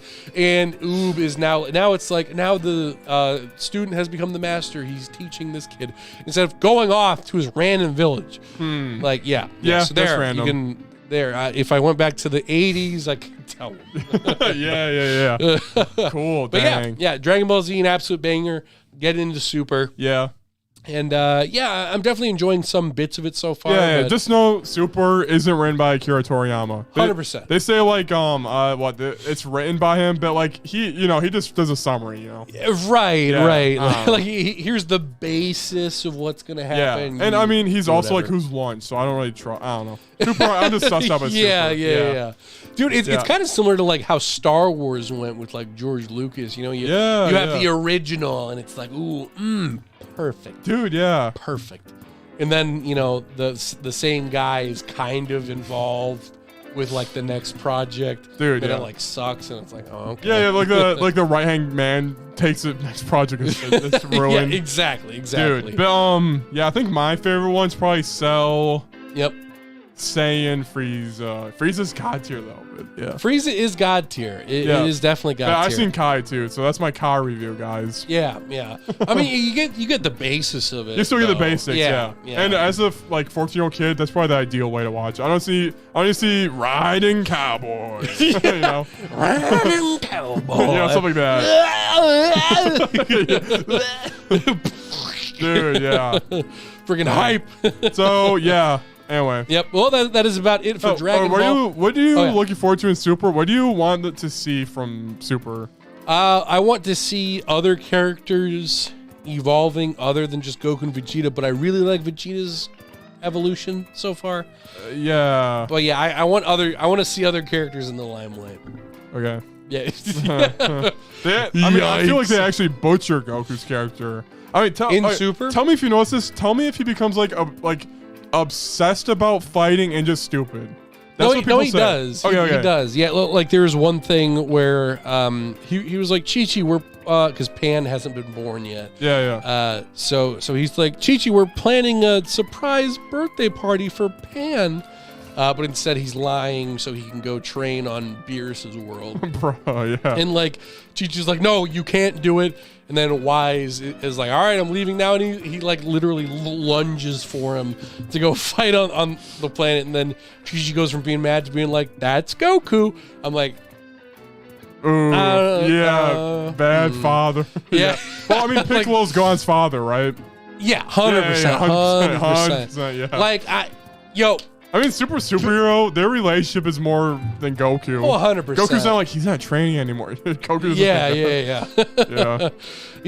Honestly, I wish, I love the lines where Piccolo's like, you're my first friend, but I almost wish that he'd be like, you're like a son to me. Then I'd be like, yeah. I like it. True. Yep. Hell yeah. That's always what it was intended to be. So, I mean, might as well just make it that. Yeah. But yeah. Cool. Other than that, next thing to talk about is final thing. You have one more. Never mind. Oh, yeah. One last thing. Yep. I have been playing, what a coincidence, a CD Projekt Red game. Yo. I've been playing The Witcher 3. Oh. I'm about 10 hours in. Yo, okay, that's pretty far in. Wait, is it far? Wait, how long to beat? Do you know? I think it's like 50. Okay. So I'm like a fifth of the way How there. good is it? Is it even good? Dude, it is in certain sections like really slapping. It has issues. Yeah. But it's really slapping in some sections. Like, dude, the story goes hard. And oh my word. word. It's a third and you can still play it. Yeah, it's the third. Yeah, there's like definitely a few characters where it's like, remember when we did this? Yeah. And I'm like, no. yeah. But like, let me give you one perfect example of how hard the story goes. Okay, so cool. That's interesting. Basically, I go up to this guy. What was he? He was a lord. Yep. And I'm looking for. So basically, I'm on a mission to find this one girl named Ciri. And I look at her diary and she mentions this lord. I go up to this lord, and like the lore is super deep, by the way. And I go up to him, and he's like, hey, I'm looking for Ciri. and the guy's like, perhaps I could help you for a price. My wife and daughter went missing a couple of days ago. I have yet to find them. And so you're like, okay, yeah, I'll find who you want to find, and you can tell me what you know. Yeah. So the first thing that you do is you go into the girl's room, and the guy is all nervous. He's like, why do you want to go in her room?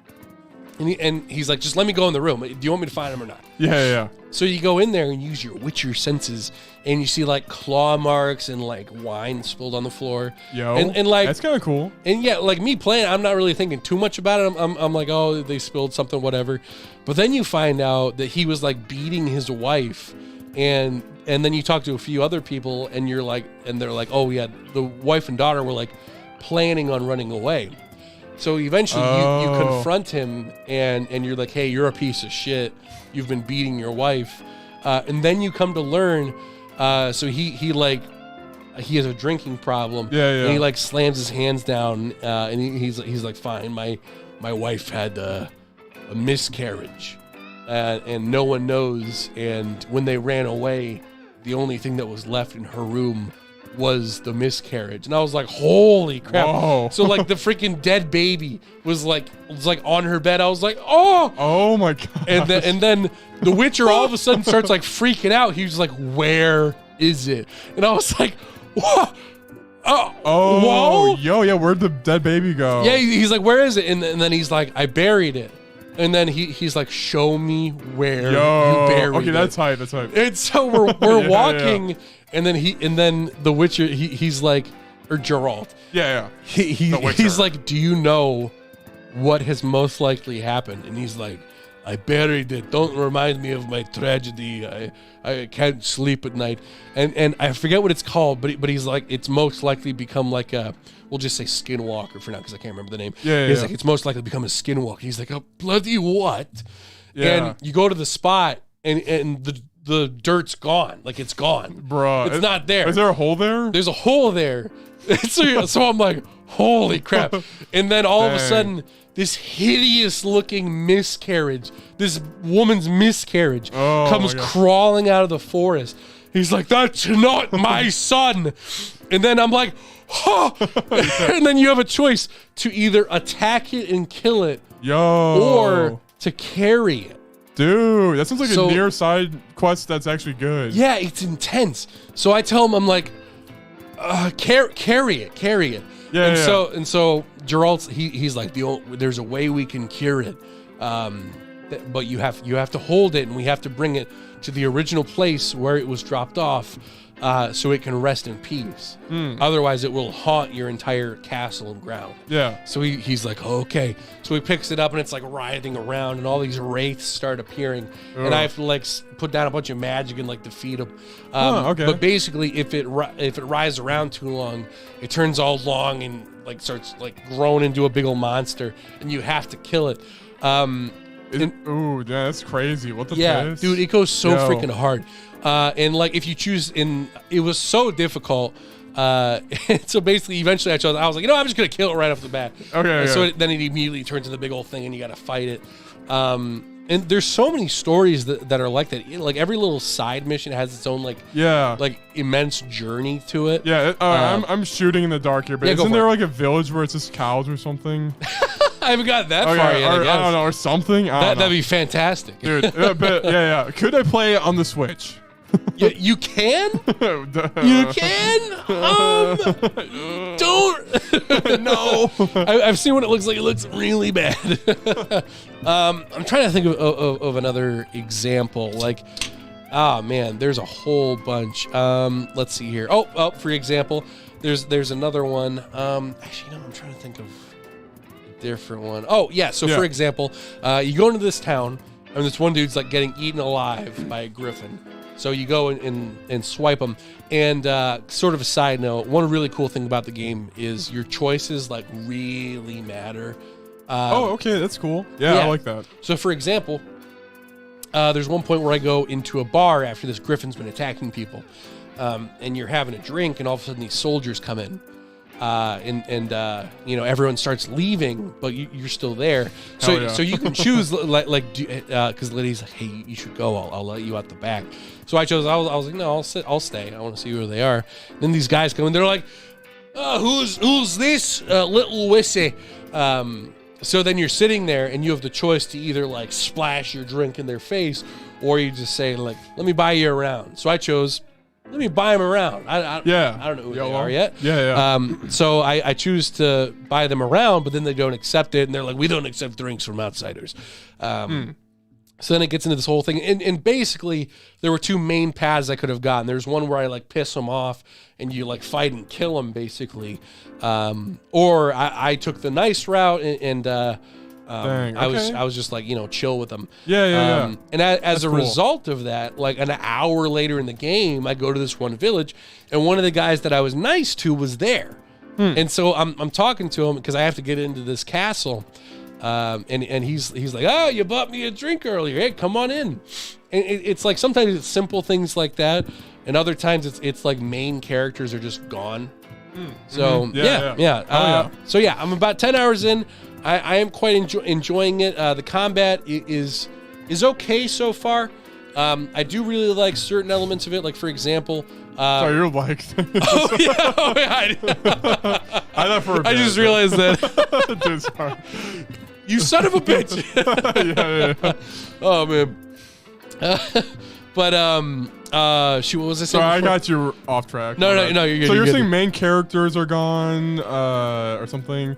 Yeah. The side quests are cool. That the guy is like, oh, you bought me a drink. Come on in. Yeah. So there's a lot of difference. Oh, I was talking about weapons and stuff. Okay, so basically, the really cool part is like you have a whole like dictionary or encyclopedia of like all the enemies you come across. So if you come across a new enemy, if you defeat it, you get its entry, kind of like a Pokédex thing. Okay, yeah. And when you look through it, you can see what they're weak to. So for example, the fight with like the freaking miscarriage that I was fighting, I could like hardly do any damage to him. But when I finally defeated one after a really long time, I looked at its entry and it's like, oh, it's weak to cursed oil. So what you do is you take your sword and you have to gather ingredients you get a potion. Yep. And you put it on your sword. Sorry. Oh yeah. Dude, I was gonna say it's like pretty much Elden Ring. What's your first? Yeah. What's your first?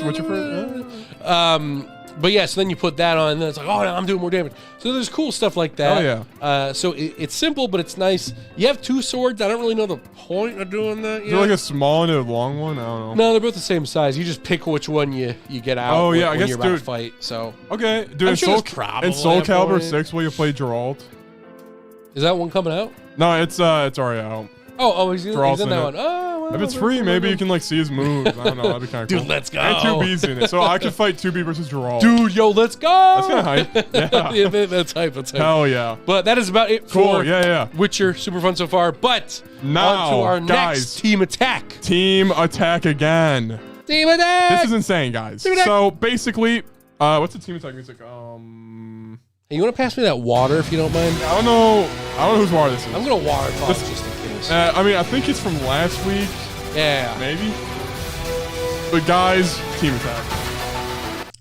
So, basically, we both saw The Last of Us. We've only seen episode 1. Only one episode's out. It's like an hour, 28 minutes. Very crazy, very long. Just as long as Monsters vs. Aliens by DreamWorks. Yeah. So the question is, you have played a little bit of the first one. Yep, I have. I've played the second one. With that little bit of Last of Us knowledge going into this film, what are your first thoughts? What were you expecting going into the film? I was expecting mostly the same thing from the game, and to not like it as much as the game. Okay, that's what that was what I was expecting. That's kind of what I was feeling too. Yeah, I do really like Pedro Pascal. Yeah, let's go through it. Good. So, all right, let's just first get out of the way. How similar is this to the game? It's, for one, the plot is very similar. Yep. The dialogue, I want to say, is different. The characters go through the same actions. It's just done differently, kind of. The dialogue is very different. I definitely feel like they put a little bit of their own spin on it. Yeah, I think dialogue in Last of Us is better. The game. I agree with that. I mean, freaking... Oh, I was going to say something. They go through the actions. Oh, for example, you know the guy who first punched Tess in the face? Is it Tess? Yeah. Or Jess. Tess. Yep. Punches him in the face, and it's that guy, and he's dead in the end, right? Yep. I'm pretty sure in the video game, you see him die. Oh, you see him die? Yeah. And you have to get to him and kill all his gang members, all that. Oh, so that hall full of dead people, you in the game, you were the one who did that. Yeah, and it's not really a hallway. It's more, see, like different stuff like that. Okay, so there's little differences here and there, which is fine for an adaptation. Yeah. But it's like, how much can you change to still... Yeah. You know, like, were there any changes that kind of bugged you? Like... Honestly, okay, the actors, people are going to be like, what? That doesn't look like Tess. Here, do you know what Tess looks like from the game? I do not. Yeah, let me pour up. But basically, what I'm saying is Last of Us, the video game, all the characters are hot. Tess, Joel, Ellie, she's 16. But like all of them are like look like they have makeup and perfect. Tess in the show, she didn't have makeup, and I like that because it's Apocalypse. Why are you putting makeup on? Right? Yeah. Like, why would you? Yeah. Yeah. Ellie doesn't look lesbian enough. That was an actual complaint on Twitter. Oh. Okay, so we will go. Oh frick. Let's see how accurate this Tessa is. Tessa. Now, is her face still bludgeoned in the game? So what you can see is like that. I don't know. So it's like way more. Okay, she definitely does have the looks in the game for sure. She looks, hot, yeah. So what the frick? What the? God, get off! No, just kidding. No. Yeah, so I do appreciate like Tess is hot as piss, and I appreciate that like the show she's more older and like less makeup and look less perfect looking. Wait, what's that top middle picture? Did they change her model? This one? No, the one to the left of that. This? No, that one right there. Oh, is it like a before? The Last of Us remake Tess glow up. Oh, so I guess that's what she looks like in the new one. Yeah. Oh, let's see. Open image, a new tab. Yo, Tess has downgraded. What the frick? No. Oh, wow. That's kind of a big difference, dang. Yeah. She's taller, too. Huh, yeah. But anyway, so that's pretty cool. Joel, all right, I did not care for the daughter as much. And I mean, you've never seen the opening for Last of Us or not? I have not. You didn't cry in the opening, right? For like when we were watching the TV show, yeah. No. Okay, well, I cried during the game, so yeah. During the game. Oh, yeah. So for the game opening, when the daughter died, I was tearing up. I could imagine you spend more time with her. No, you don't. Probably less. Oh wow. Okay. It's just I was not expecting her to get shot by a cop. I thought a clicker was gonna get her or something. Yeah. And it was tragic. I don't know. It's just like the acting and you playing it and being in it, and it's your daughter versus Joel's daughter. I don't know. I definitely feel. I mean, it was super sad, but I get. I didn't even like. Oh, okay. Also, another thing with Ellie. Are they doing a thing where we're supposed to like her because she has spunk and swears every other sentence? Dude, that's kind of what I'm saying. I don't know if I'm big on Ellie's character right now. I think the actor's pretty good. Yeah, the actor's good. Okay, I was hesitant about the actor. Like, does she fit? She fits fine. Yeah, I think she fits perfectly fine for it. Yeah. Okay, well, she's a hardened exterior in the beginning. Maybe she opens up, blah, blah, blah. They journey together. Right, She did swear a frick ton. Yeah, for sure. Yeah. But anyway, so, like, they also showed, like, how run down the quarantine zone was. In the game, for example, it's more freaking Half-Life kind of, where there's a soldier, scan, oh, red, bam, like that. Oh. So then later, when the guard is doing that to you guys, you kind of get the picture. Yep. TV show didn't do that, but you could kind of fill in the blanks a little bit. Yeah. They use that machine another time too, so. That makes sense. Yeah. I did really like how much they explored the town, though. Just like all the different, like, going into the alleys, do the secret trading, the underground part where Tess got kind of beat up a little bit. Yeah. The town square, the job area, just all these little different areas to explore. Yeah. I like that. One thing they did awesome though was okay, we're calling them clickers. I forgot what they're called. Yeah. But like they showed off the base clicker. It's like it's not even a clicker yet. It's like a human still. Yeah. That thing was freaky as piss. Dude, yeah. When the things were like coming out of the grandma's mouth, I was like, dude, I was like, oh man, that took a bite of someone's scalp. But it turns out it's actually like part of their mouth. I'm like, oh, that was sick. That was not in the game. That was sick. Yeah. That was not in the game. In the game, it's like someone's like on the window, like, let me in, and then something grabs them, and you're like, and she's like, oh no, where's Dad? Like it's just like arm grab. I think you see a full body tackle happen. Oh, okay. Yeah. And it's like the neighbors are dead. It's crazy. Yeah. But yeah, that was the best part. That's a highlight, dude. I'd say probably. I definitely think my favorite part for sure was when they were like trying to escape and all that. Like, dude, the freaking tension of like when they're. It was kind of first person ish. Yeah. When they're like driving, they go in the field and they see the army. And bro, when they saw like the planes going over, I was like, cool. Dude, in an apocalypse, that right there would be when I start freaking out. I'm like, what the hell? Dude. That's not supposed to be there. Yeah, no, seriously. Yeah. Oh, another cool part was with, I did like the knife thing where Elliot kept trying to get a knife and he just kept putting the boot over it. Yeah. That was like, like something that in a video game, you're playing it, so you're already engaged. I was pretty, that scene was nice. I like that scene. Yeah. Sort of like that teasing nature that they'll probably get into a little bit more. Yeah, and also I just like to see how like reactive Joel is. He's like, nope. Yeah. He's like, no. He like, I don't know. He gets it done. I don't know. Exactly. He's a good smuggler and all that, but yeah. Yep. So anyway, I'm pretty hyped. I'm good. I got the first episode over, hour and a half. Hopefully the rest are an hour. Please, Lord. I don't want to do... Like no more hour and a half episodes. 10 movies in a row.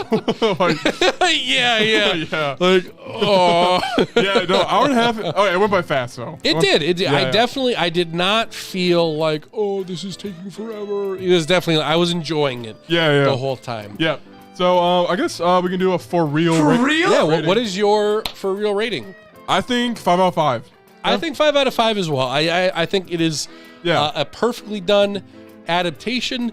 It hasn't gotten to that point where it's like blowing my mind. But yeah, it's like, I would say if the show keeps it up and like keeps like breaking boundaries. At the end of the season, I could see it becoming a 6. Yeah, potentially. Yeah. But for an adaptation in that sense. Oops, sorry guys, I'm on the freaking thing. But yeah, I'm interested. Watching it makes me want to play Last of Us. Definitely. And I'm like, okay. Unfortunately. Yeah. So I'm like, okay, I might just play the game then watch the show. Like when they get to where I'm at, I'm like, all right, Justin, can I borrow your PS5? Yeah, 100%. Because like it is. Well, actually, you'll have a different experience playing the game because it's like the hallway. There's no hallway, like that doesn't stuff like that. Yeah. Or maybe there is, but I definitely kind of want to like. I know I could play the freaking PS4 remaster. No. I'll play the. Wait, do you have it digitally or physically? I think it's physical. Oh, did I get digital? I always get digital. You digital monster. Yeah. You saw my game shelf. It's like 2 games. It's actually 12. 20. Oh, it's 20. 20. Yep. That's 20 games. Dude, hell 20 games. Yeah, 20 games. Dude, let's, we got to swap accounts so we can. Dude, yeah, for sure. Digital it up. Cool. Yep. All right. So next up, guys, we're in the news. Going to the news. I have to. Yeah. Pee outside. Oh, yeah. I will be right back. Sounds good. I'll do the news transition. What's going on, everybody?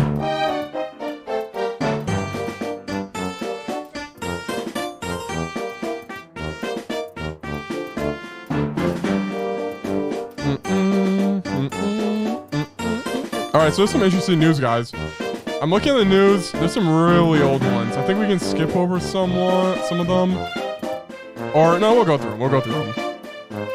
Oh, stop that. All right. So, first news, what we got is...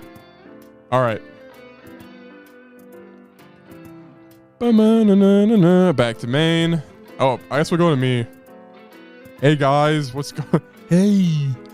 Okay, so you can... This is a Grant news. I should not have done that one. So, you can now... We need to get this to look nice. F11, maybe?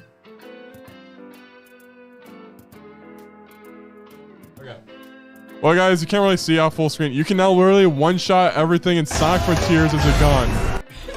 So, oh, what? There's a gun. All right, guys. There's a gun. What the frick? Oh, yeah, guys. There's a. It's actually it's cool because it's like It's a cold gun. It's shooting.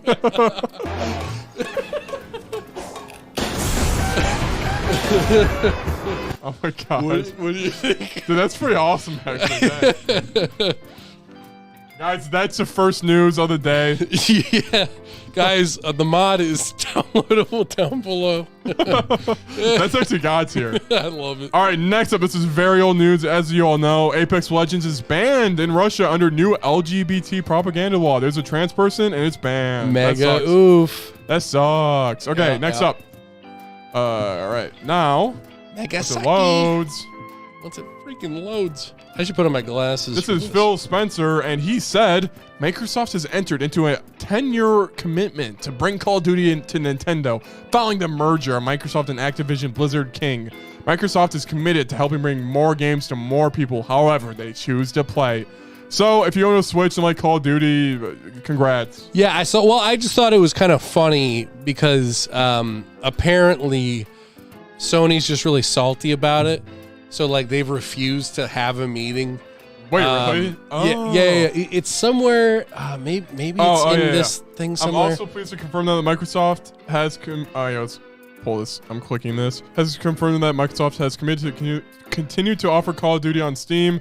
Oh, as well as Xbox. Okay, so he's just like flexing about Xbox. Yeah. Well, so basically the thing that came out, because there was some sort of an interview. I should have put that in there, but whatever. No, that's good. Where they were basically like, hey, the doors are open. They just haven't talked to us at all. Bro. They're just really mad about the freaking Blizzard thing. Dude, so we're like, oh, whatever. So they're like, Nintendo has it now. I'm not gonna play it on Nintendo. No. I'm not gonna. I don't usually play it in general, but I just thought that was kind of funny. That's good. That's good. And that's cool for the Nintendo people. That's a Dubsky. Yep. All right, then Sonic the Hedgehog co-creator Yuji Naka has reportedly been arrested again for suspected insider trading. Two times, dude. Insider trading 2 times. Yeah. So basically, he works at Square Enix, and he's like, Dragon Quest 12 is coming out. Release trailer's coming out tomorrow. Guess who's getting paid today?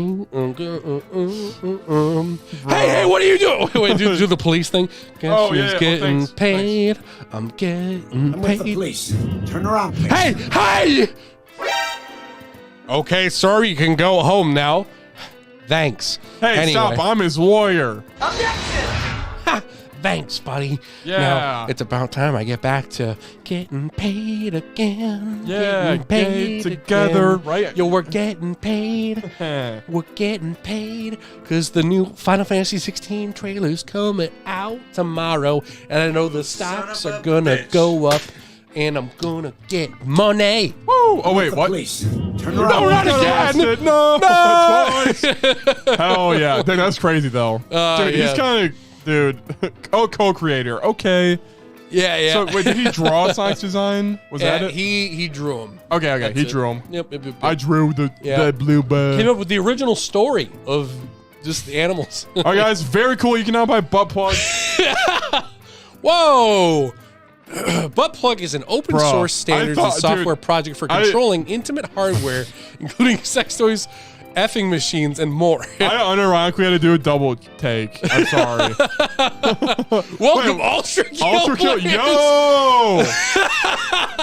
Dude, Ultra Kill is so cracked with its pornos. It's a robot. Like, it's literally a robot. Yeah, why is there so Woo! much? Ultra Holy Kill, let's crap. go. Yo. That game slaps. So Guys wait, are was gonna that say- actually like a thing? Like, Yeah, probably. Can you play it? Check out the UK butt official mod. Okay, so you can like put that up your butt, and like every time you shoot, you get like a. Dude, it's like dude, you shoot the coin, and then it scans the nearest head. You know, it's means you flick the coin there and shoot it. Yeah. Bro. Actually, it goes to their butts. Holy crap. Oh, man. Yep, the butt plug IO standard. Official buttplug.io support mod. Dude, I love Ultra Kill. They have a body pillow of the robot, too. Like officially? Yeah. Dude, that's great. Like the Twitter's, guys, everybody follow the Ultra Kill Twitter. It's really good. I watched a video, but yeah. Dang, you can play that on your butt plug. That is genuinely fantastic. Can you get Ultra Kill rank with that? Yeah. Dude, what game, if you played with the butt plug, what game would you play with? I'd probably do Persona 5 Royal. I have to be comfy. Dude, yep, I could see that. Neon white every time you jump. Oh. Wait, I guess it's a control. So, like, wait, you control or it vibrates as a reward? Oh, yeah, a little reward. Dude, do butt plug people like vibrating? I would imagine that's what it is. Okay, but wait, what's it saying that you can control it? I guess I have to reread it. Yeah, so basically, it works with that game in particular. So every time you shoot, it like maybe vibrates a little bit. Okay. So every time it's like and Royal, it's like vibrating. Yeah. Like every time your controller vibrates, it's probably the butt plug. Yeah, exactly. Dang. I would love it. If it doesn't even have anything to do with the game. It's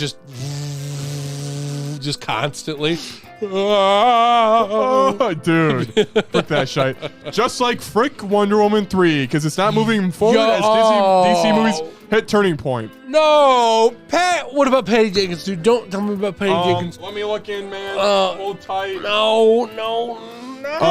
Okay, so Patty, you said? Yeah, Patty Jenkins. What's Patty Jenkins doing? Wasn't that at the top? Wasn't that the title? Oh, okay. The title. Patty Jenkins, Wonder Woman 3 not moving forward as DC movies hit turning point. No! Is it the director or something? It's the director. No! You can't tell me she walked away. She walked away. Whoa. Or she was let go. Yep, they cleaned the slate, which is common when a new executive team is put in place. Basically, DC kind of sucks live action wise. So. Yeah. Oof. Mega oof for Wonder Woman 2 fans. Or sorry, dude, Wonder that Woman movie 84. sucked balls. That's bad. A badass movie. I wish I didn't see that movie. Got him. That's like the most easy slap ever. My most controversial opinion. Yeah. Very true though. Yeah, Very I mean, true. all right. What do you think about DC? Do you think it's going a good spot, even DC? I think so. I think it's promising with James Gunn. With James Gunn, dude. I hope he. Yeah. Yep, I've been rewatching DC stuff recently. I've been getting back into it. I've been getting back into Young Justice. Yep, dude. I'm repetitive with it, but bro. Yeah. Oh, freaking. I don't even gotta say it. It's Metal Helmet. What the frick is it called? Oh, Peacekeeper. That's it. Yeah. Peacemaker. all right. To be fair, I play Apex Legends. There's a gun called the Peacekeeper. So that is fair. That was kind of like fair. That's like an instant, click for me. Because James Gunn directed the show too. Okay, then I really need to see it. Yeah. Then that's like, okay, yeah, I need to. Oh, dude, so good. He did not do Suicide. Wait, did he do Suicide Squad? The new one, yeah.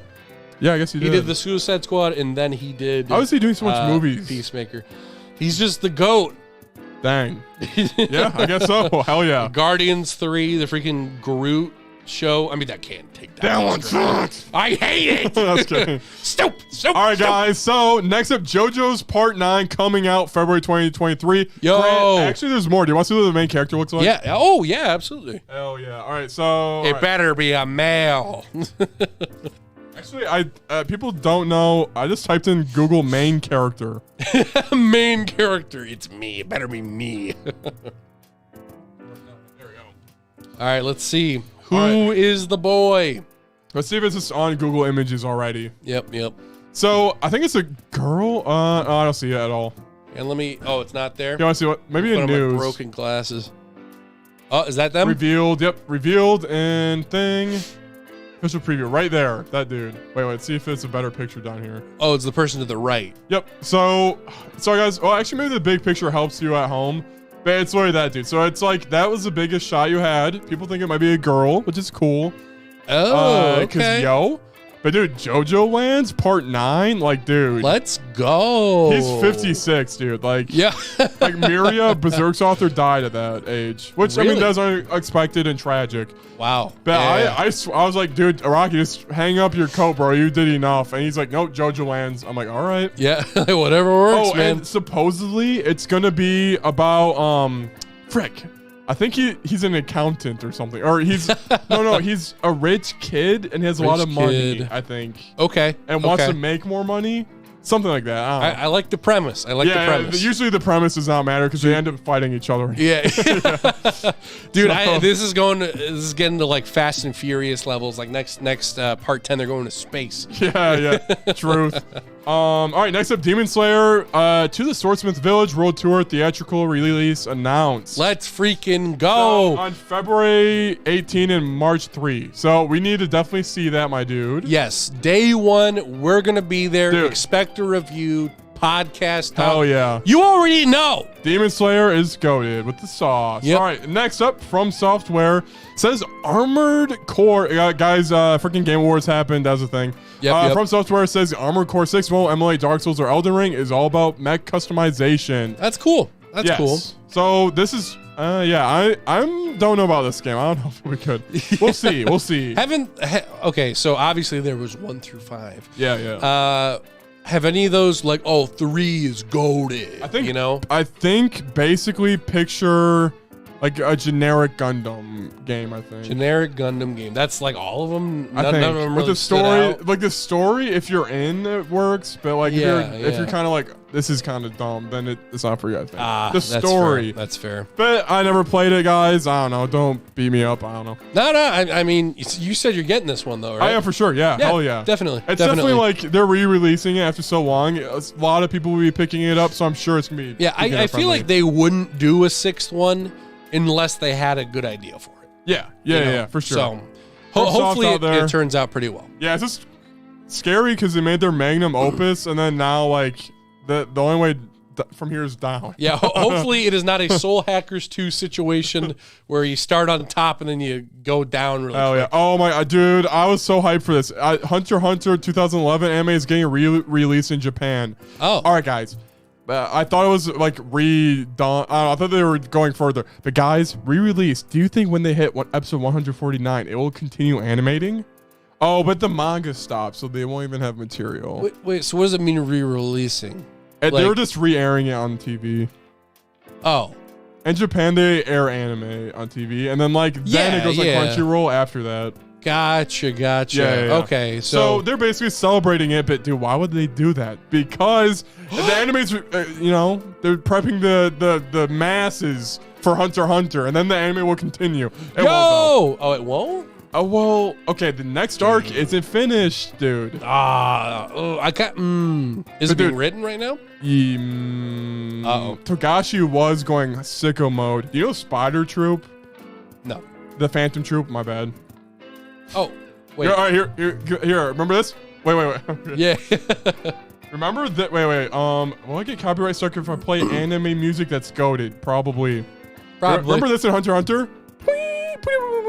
Boing. Oh, yeah. Okay. Well, but that evil gang was the Spotters, and they went in their backstory, and it's like really good. Oh, cool. So it's cool. Anyway, guys, that's just me being a theory head, crackhead theory. I dig it. I'm quite down for more of it though, for sure. And this is my favorite news over our break. What the frick, 4chan? 4chan. Guys, 404 not found, which actually makes it more interesting. Wait, let's see if I can find this. We should show you guys the 4chan page. Oh, piss.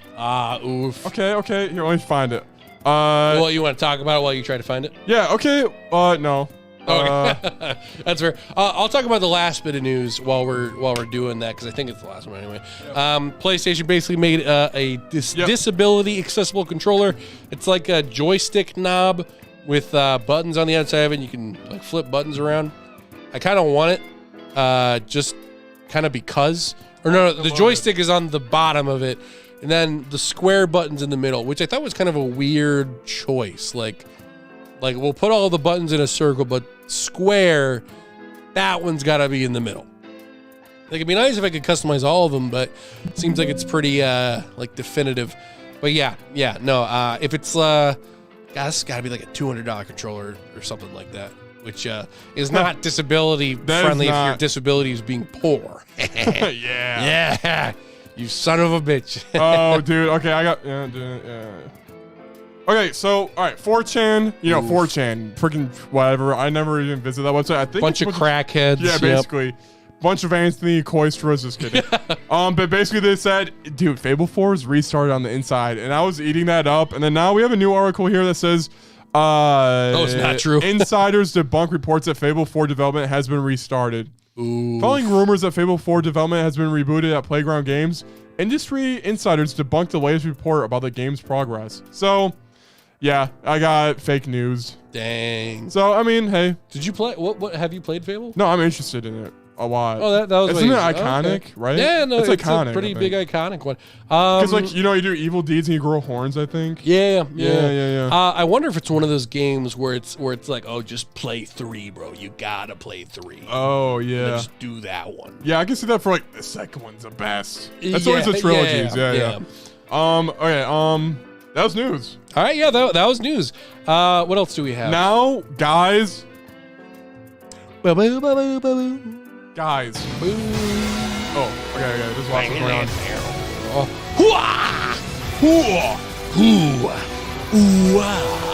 Guys, last year, exactly a year ago, we did predictions. 2022. Some people ask us, what's the versus and player versus player podcast? This is one of the verses. Who will win? Versus. What was the punishment for whoever lost? I think you have to kiss the other. I think we did do a punishment, but I forgot. We probably should have recorded it. We did. Oh, we did. And a podcast. I don't know. Oh, the loser had to. It definitely wasn't a winner gets something. It was a loser has to do something. Yeah, like a challenge. Yeah. Yeah. Okay. Yep. I guess we can think of something on the spot. The loser has to pee. Wait. Oh, okay. No, I remember what I said. I said the winner is like the king of the podcast for the year or whatever. Oh, that sounds about right. Yeah. But they get to be the first player in player versus player. Yeah, let me get this. Here, 1 sec. We need to make this more friendly for our viewers at home. Okay. Wait. You want to just zoom in on it or New Year's predictions? What the frick? Oh yeah, those were like the yeah. other predictions we did around New Year's, I guess. When we looked at it when we weren't supposed to, I guess. yeah. Okay. Bold, bam. All right. All right, guys. So 2020 new questions. Let's freaking go. One sec.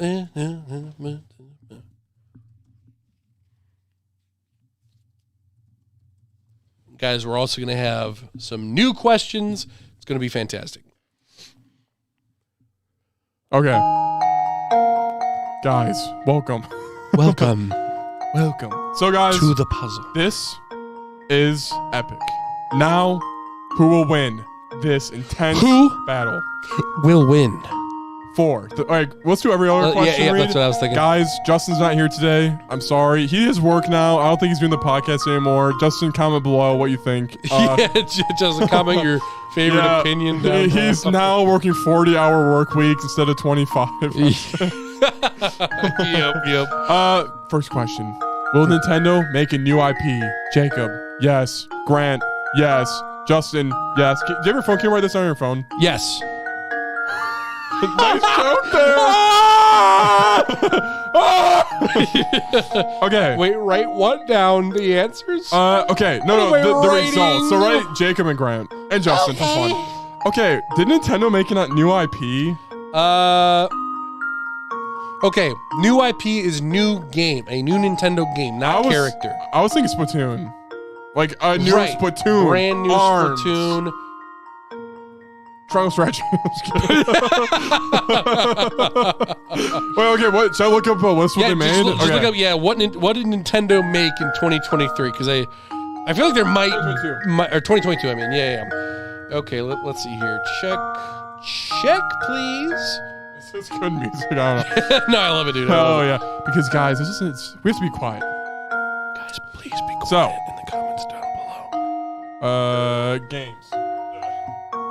Is Nintendo still doing we're actually a health company? Are they still doing that? Yeah. Nah. I hate that shit. Oh yeah, weren't they gonna come out with a Switch, sleeping thing, sleeping where you thing. put it on your mattress. It's like you slept well. Yeah. Nice job, you slept well. You did it, buddy. Okay, biggest games: Kirby and the Forgotten Land, Nope. Splatoon 3, Nope. Pokemon Legends Arceus, Nope. Pokemon Scarlet and Violet, Nope. Xenoblade Chronicles 3. Nope. Okay. Oh, I don't look at. Oh, okay. Notable releases. Well, let's look in this. Okay. Yep. Bidoof's Big Stand. Yo! What the frick? Is that a game? What? No, it was like a YouTube short. Why is that in there? Okay. Oh, all. Bidoof's big stand. The new Bidoof IP has been one of the most controversial IPs. Oh yeah, there's definitely some. Okay, whatever. Oh, Nintendo Switch Sports. Does that count? Ooh, that's the #1 debate. Yo. Wait, let me keep going. Okay, keep going. Fire Emblem, Monster Hunter, no. Nope. Masahiro, oh, that's a YouTube channel.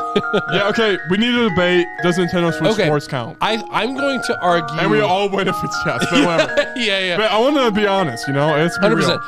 My argument is going to be for yes.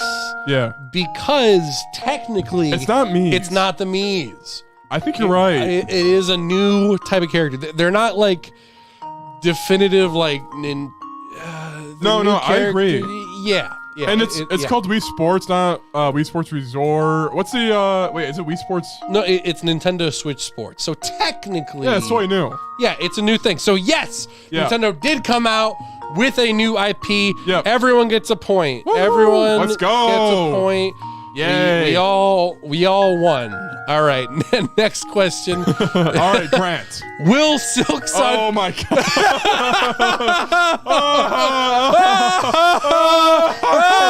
All right, finish your question. Jacob, will Silk Sun come out in 2022? Let's say it together. No. Dude, I can't believe we both said no. I think Justin did it for the meme.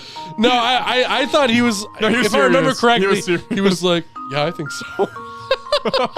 So it looks like Grant and Jacob get a point. By the way, Justin was looking at these like the other day when we were doing a podcast, so he already knows. Yeah, I don't remember him bringing that one up. He was probably like, yeah. All right, will Persona 6 be announced? No! Jacob, no. Grant? Yes. Justin, no. Oh, dude, weren't you like confident because it was the Persona 25th anniversary? Stupid. So stupid. Dude. All right, Jacob and Justin get a point. So far, Jacob, you are leading with 3 points. Yeah. I have 2 and Justin has 2. Oh, yeah. The next question. I think I try hard at these questions too. All right, next question. All right, Elden Ring will make the top 5. Yo, why did I say no? I think I did that for the meme. I think I did that for the meme. You weren't taking it serious, but now you're really regretting it. Fool! You know. All right, so Jacob and Justin get a point. So Jacob, that puts you at 4. That puts Justin at 3. All right, next question. Up, the Kirby villain will be that blue squirrel thing. Technically, it was indeed. Wait, really? That wasn't it its brother? It was like it was a fusion mixture. Oh, okay. Brother. So answer me this. Yep. That blue squirrel thing that follows you the whole game does try to kill you. Yes. Confirmed. It ends up becoming it doesn't try to kill you until it fuses and becomes the villain. It becomes a proponent to the death of the world. Correct. Okay, yeah. Correct. Yep, okay. So, Grant and Justin get a point for that. Up till right now, I thought I was still right. But dang, okay. Yeah, so we got that one. You and Justin are both at 4 points. Grant has 3. Let's go. Let's keep going. UB Ubisoft will no longer exist. All right, I said yes. All right, so Jacob and I both got that wrong. Yeah, Justin got it. Justin gets a point. Justin is now in the lead with he 5 points. He can't win. All right, next up. We would regret not buying NFTs. We were all correct. We were all correct. We did not regret. Do you not regret? I don't regret. I do not regret. I don't either. Proof. The other day, one of my coworkers at Best Buy was talking about how he sold an NFT, and my response to him was, in fact, "Oh, you." Dude, yeah. and then he was like, "What?" And I was like, "Never mind." And then I walked away. So. No, we do not regret it. Everyone gets a point. Hell yeah. Oh, Justin, he regrets it. He told me secretly he regrets it, actually. Did he really? No, yeah. Dude, I knew Justin was into NFTs. Yeah. Well, he told me he was into that. What was that one company that just went down? Oh, he was buying a Crypto Zoo, but he had just bought the Stan Lee Marvel card. Oh, dude. Yeah. I figured he would do that. Yeah. Well, I knew he bought like all of the freaking Square Enix ones. And they're coming out with more. I'm honestly worried that he's not going to be able to pay rent. Like, we can take this out of the podcast, but like, yeah. You know, I'm just worried. I'm worried. Yeah. I mean, he said he spent like $10,000. But anyway, let's go ahead. Keep going. This next question is depressing, honestly. All right. Yeah. Yep. All right, go. Our channel will blow up plus 1,000 subs. This is depressing. Well, it's fine. I said no. Grant and Justin were both wrong. Jacob gets wait, no, our channel will blow up. Which is over 1,000 subs.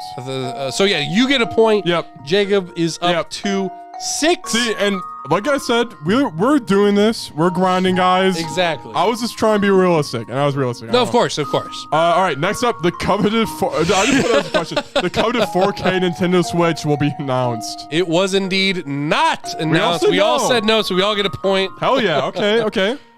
Yes, we were correct. I'm confusing myself. No. Right. No. That's the next question, dude. Oh, I haven't read what it is. All right, the next question is Persona 4 Arena Ultimax will get rollback netcode, and it looks like Grant and Justin were correct. Dang. It did indeed get a later update that had rollback. So here we go.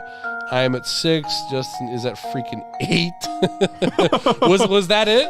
That's it. That's wow. All right. So in first place is Justin with 8 points. No, bro. In second place is Jacob with 7 points. That's close. And in last place is your boy Grant with 6 points. 6, 7, 8. Okay, not bad.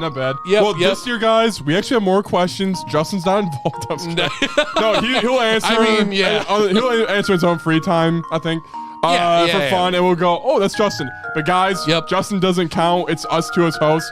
I technically won 2022, I think. For the hey, you shut up! Yeah. Damn you! Let's go. Next, guys, for these questions, we got some interesting ones. For the first, here, let me change. It's 2023 now. Oh yeah, we got to change it up. Or we got to change it up.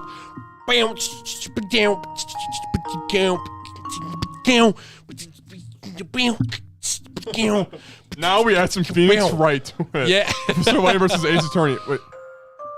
Yo, iconic. Wait. Does this get good anyway? Okay. It's kind of crazy. Okay. Yo, all right. It's a vibe. All right, so guys. The first couple of questions, will the following games suck balls? And the way to score that is if it gets below 70 on Metacritic. Exactly. So we have several games listed here, only about like 5 or 6. So the first game, will Hogwarts Legacy suck balls? Okay. Jacob, what are you thinking? Okay, I guess we don't really want to share information with each other.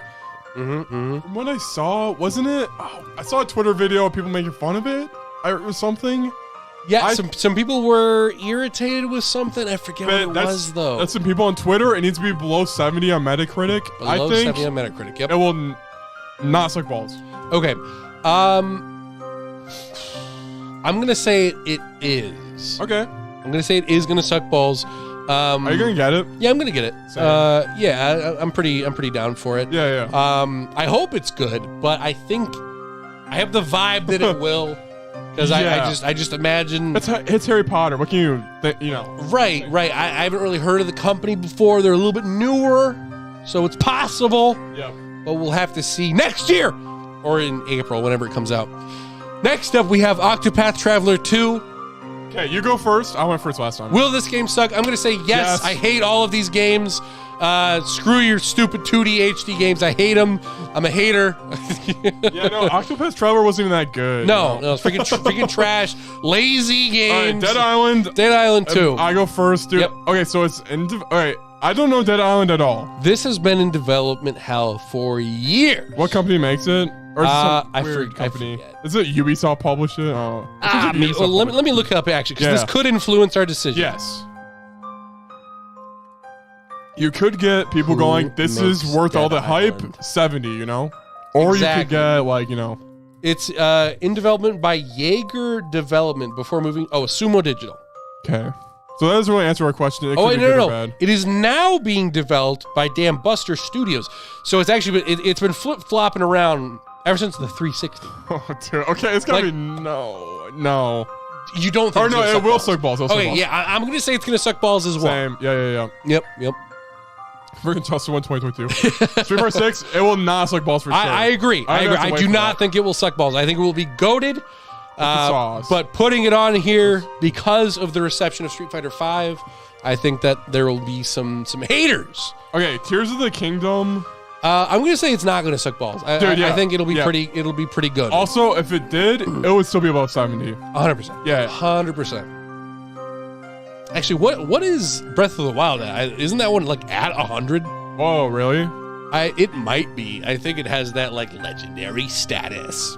What other games has the legendary status, I wonder? 97. That's 97. Is that Royal that's and Elden Ring? That's Elden Ring's 96 and Royal's at 97, I think.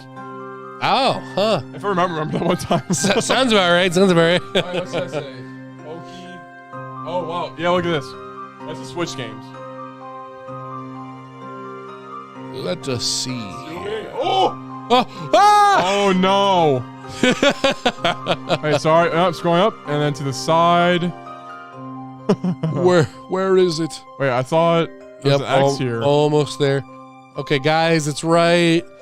Oh, you almost had it. Frick you.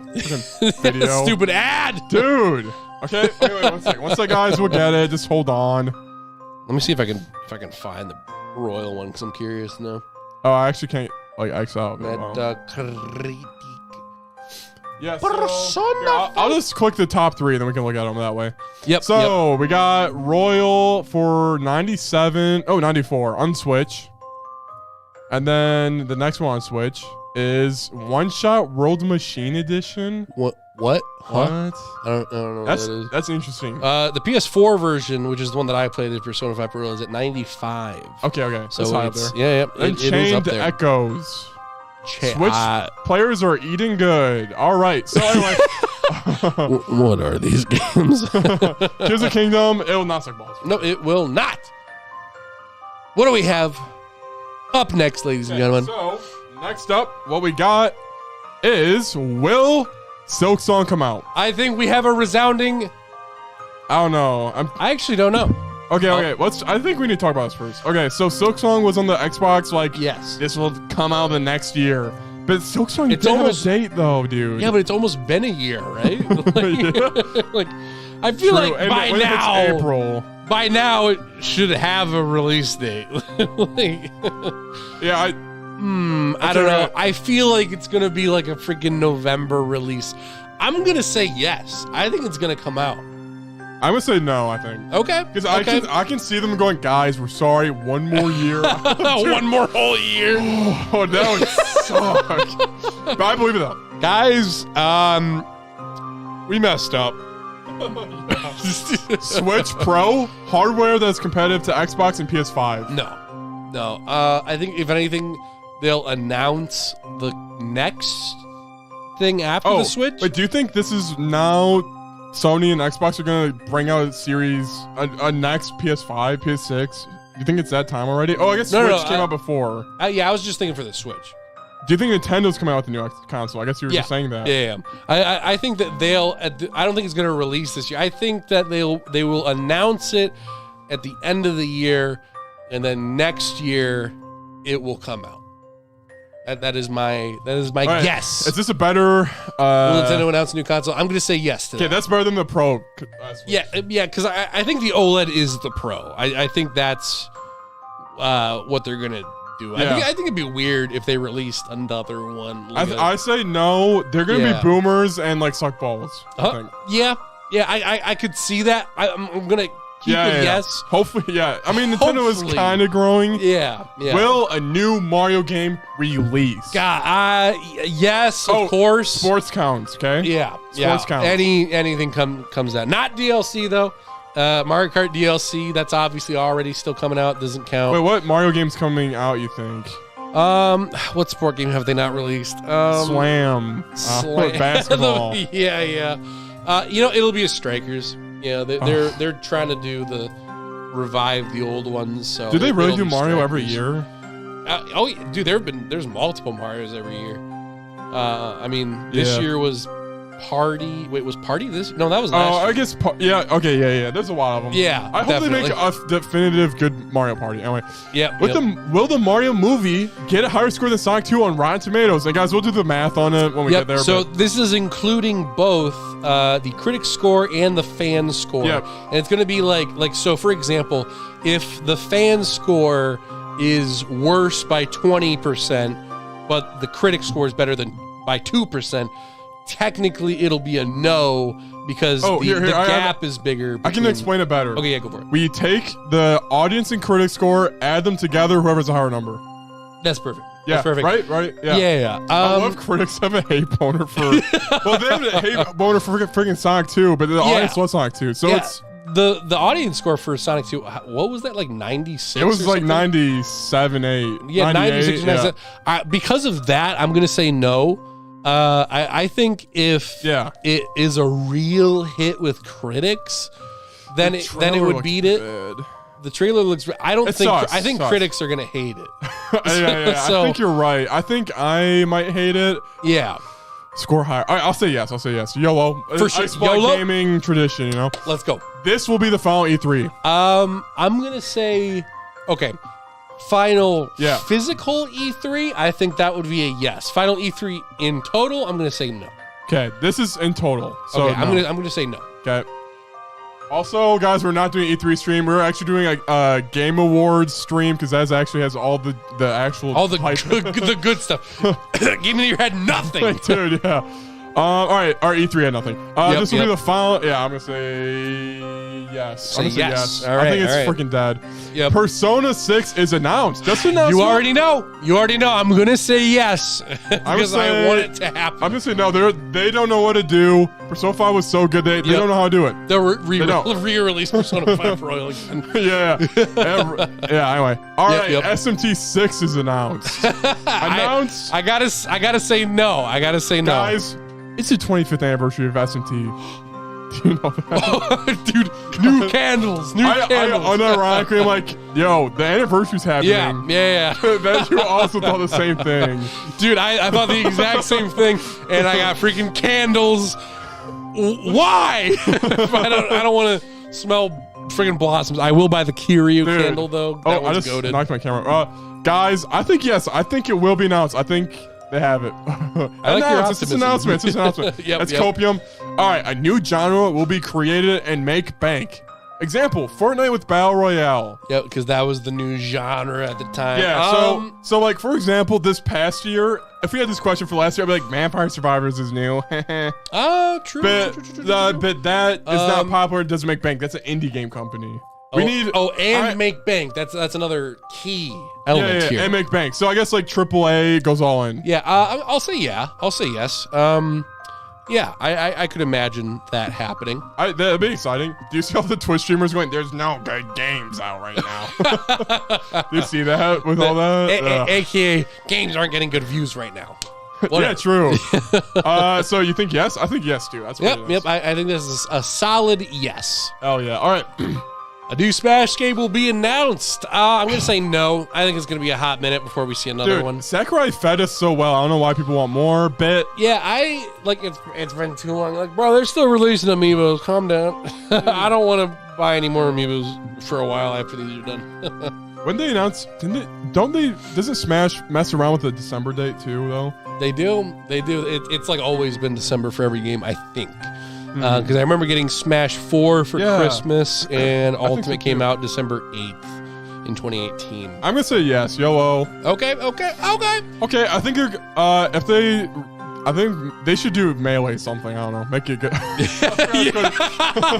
Next question, Grant. Will Joe Rogan die on camera? I'm gonna say a resounding yes. Do you think so or not? My camera sucks. On camera, it's going to be an assassination attempt. Yeah. It's going to be intense. There's going to be this is so cursed. No, it's not. We won't. Guys, and if you're a fan, and we both said no, don't kill Joe Rogan, guys. Please We do not. If you do that, we will not like you. Please do not. So guys, this is all our questions. So what we're going to do at the end of the year, we will go and we will look back, like what we did with the 2022. So, see if we were correct. Good games, Grant. We'll see in a year who's right. We shall see which games suck a ball. Hell yeah. Yep. All right, cool. But yeah, that's all the ready? 22 predictions. No. Now, guys, the last thing is we can talk about Game of the Year. Game of the Year. Game of the Year happened, guys. And like I said, we recorded it. Do you have the subjects like winners and all that? Yep, I got it. Okay, cool. So basically, guys, we'll go through the categories, and we talked. Here's basically what happened. We all pretty much agreed. There was some friction on does Sonic suck. I kind of said it meanly, and then Grant went ham, and then I was like, oh, rip. Yeah. There was a lot of it wasn't the vibe that we like to give you guys. No, because okay, we were debating next year. We're debating changes because like Giant Bomb changed their way how they do the Game of the Year because it's too bloody and violent. This past year, that's not bloody and violent, but it's just like it's like a classic game of Monopoly. Yeah, there were everyone got their feelings hurt. So I think next year we just do it a little bit more like. Honestly, I think we could do the same exact thing without Justin. Then it would Dude, be. honestly, if it was just us two, I feel like the vibe it would have the vibe. That because then me and Justin have a similar taste, so then it's kind of like we gang up on you, like 2v1. yeah. But that's not your intention, though. No. But we are twins have the same taste. It's like, bro, for you. But the Tunic thing was very funny. Oh yeah, guys, I went hard on Tunic, and like Justin loves that game, and I kind of destroyed. Like it was like his top 5, but it went to like freaking 25. 25. Yeah, I got it down, guys. The game should not have combat. Tunic should not have combat.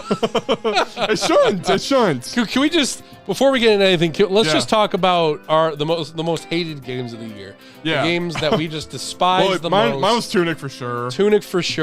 Yeah. Was there anything else you wanted to get into with it? Sorry. I'm still pulling up. I forgot the games. So I'm going to pull it up. Yeah, pull up the freaking games.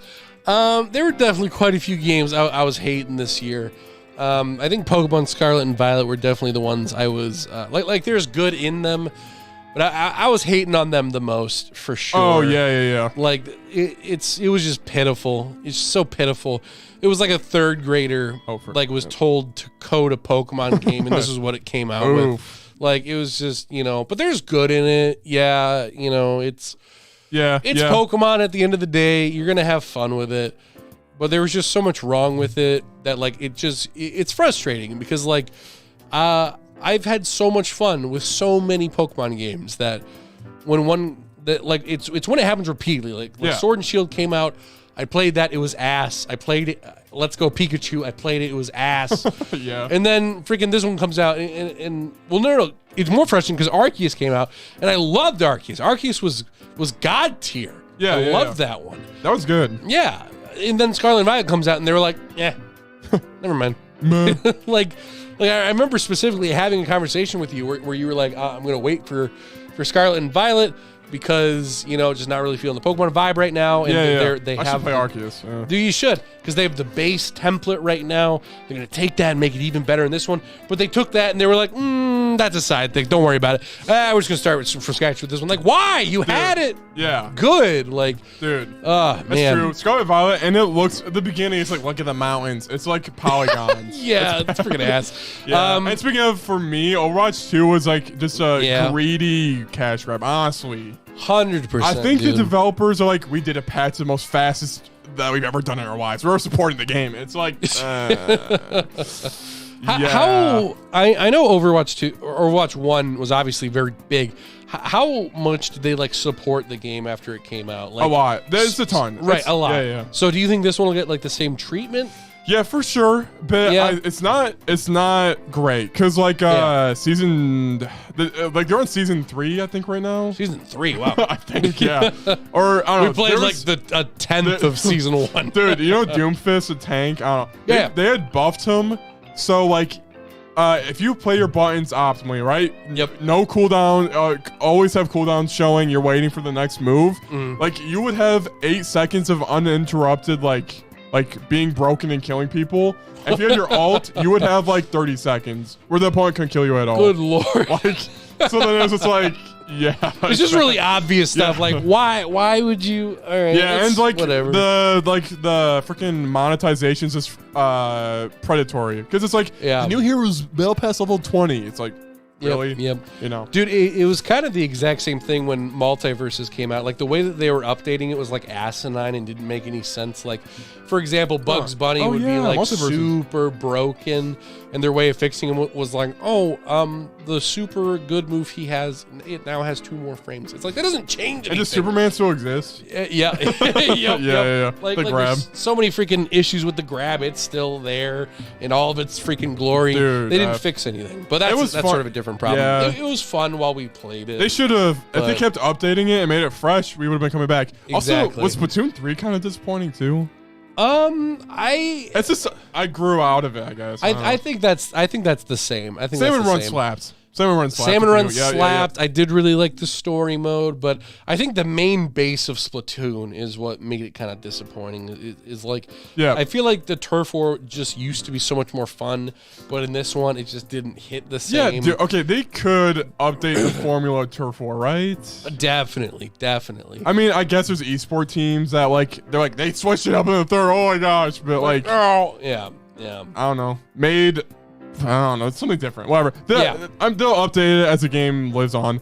But Yep. yeah. I mean, like, we had Bayonetta 3 is disappointing. Oh, we'll go through it later. All right, so first up, best music, guys. We Best had that. music, let's go. And this was heated because this was the heated one, not game of the year. Yeah. This one specifically.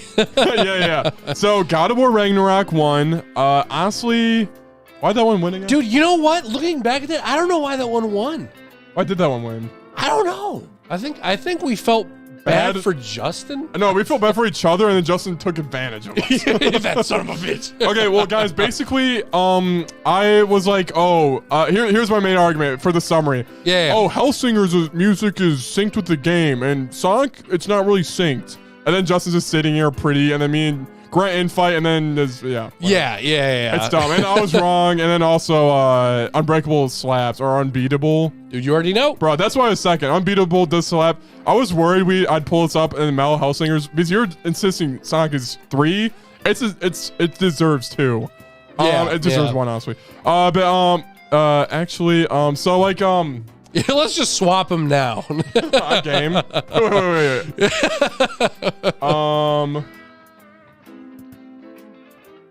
That's the way to do it. Guys, whoa! Oh, wait, what just happened? No! Holy crap. Guys. Without even doing anything, God of War Ragnarok just went down to 3rd place. Sonic Frontiers just got 1st, and Metal Hellsinger just got 2nd? You've got to be kidding me. This is insane. That's crazy. Guys, this has never happened before on the Player vs. Player podcast. Something has just switched spots. This is insane. By the way, Guys, dude. it's crazy. By the way, dude. Yeah. No capping though, bro. Yeah. So when I'm working in the warehouse, like doing stuff at Best Buy or whatever, yeah. We have a big old speaker system set up. I was playing some Metal Hellsinger soundtrack. No. You already know, dude. as well as the Sifu rave music. That one dude, slaps. Yeah, Grant. Forget everything I said about Sonic music, dude. The music in this game is like, dude, hell they yeah, went crazy on that. Sleeping with Sirens is kind of god tier. They're goated. They're goated. Dude, wait. So do you listen to Sleeping with Sirens now? Or are you like? I didn't really think about. Oh, think I'm on 11, but I'm on a 9. Guess you don't really know me.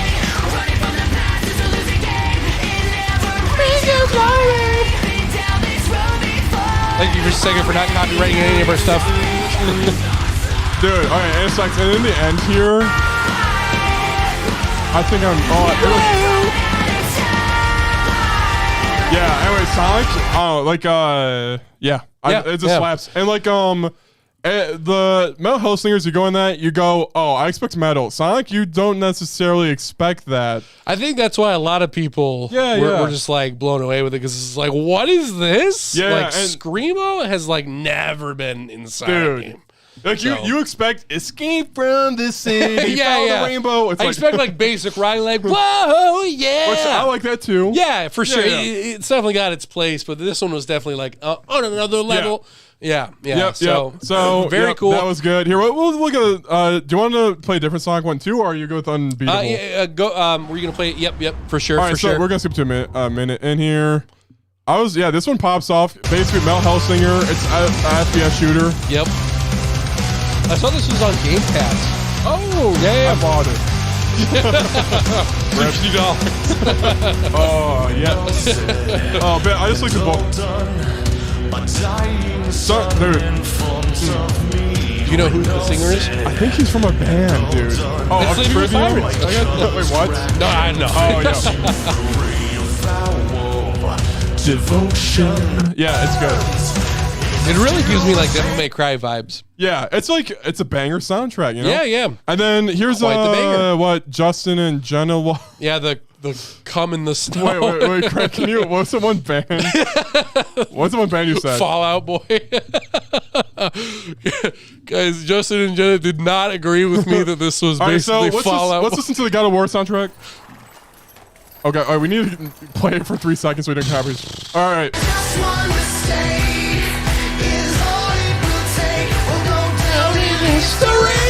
Okay, so that's God of War. That was kind of interesting. Yeah, no, wait. I really seriously, why did that one win? I don't know. Okay, yeah. Because we were both. I think he just like manipulated us. No. I don't know. But yeah, I legitimately don't remember. Guys, we fixed the music category. Everything's fine now. Very goated. Friendship-tality or whatever. Now we are at best game to look at. And guys, not the best. I don't know. Not best graphics. It is the best game to stare at with your eyes. Yep, to stare at with your eyeballs. Yep. And we got Elden Ring 1, which honestly. Hell yeah, that one. Hell yeah. Okay. Yeah. I actually forgot who all won these. I kind of forgot too, honestly. Yeah. Huh. But Elden Ring won mostly because the areas. I was really pushing the areas. Yeah. Every single area is yeah. a desktop wallpaper waiting to happen. For sure. And that is definitely why it got number one. And some other games do particle effects like from lava. This one does it from like a giant tree. Like that's kind of baller. Yeah, exactly. Yep. I mean, there are so many games where it's like, didn't you say, I forget which game you said it was. Yeah. Or maybe it was a game that I played. Wasn't that Final Fantasy Core, whatever you played? Strangers of Paradise? Strangers of Paradise. Yeah. Wasn't that one like glitter effects everywhere and stuff? Yeah. Yeah, like you hit the Final Fantasy had that vibe. I saw the trailers for 16. I'm like, bro, that's kind of particle effects crazy. Yeah. Same with Tekken 8. That doesn't necessarily. I mean, it can look good. Like I'm sure Tekken 8 probably does it. From what I've seen with it so far, it does it really well. But definitely shouldn't use it as a crutch. You need to use it as subtle as piss. Yeah, it has to be used well because, eventually it's going to be like, okay, I didn't hit you with a lightsaber. It's just a sword. Yep, and there's no God of War here. Oh yeah, Justin and Jenna like. Anyway, did they not like the visuals? I forget for God of War.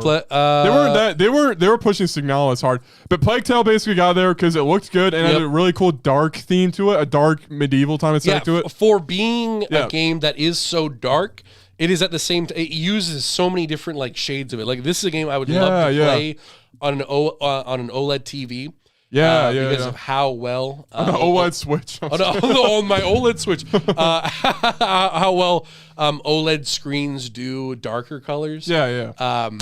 If you guys have one of those TVs, definitely play it on that. And Signalis is pixel art. Basically, it looks good, and the lighting. This is that horror one. That's right. The lighting was cool. The lighting was cool. Yeah, it was really cool how like little pixely things were like moving around. Yeah, it was just done really well. Yep. So we got that. That was cool. Now we got best voice acting.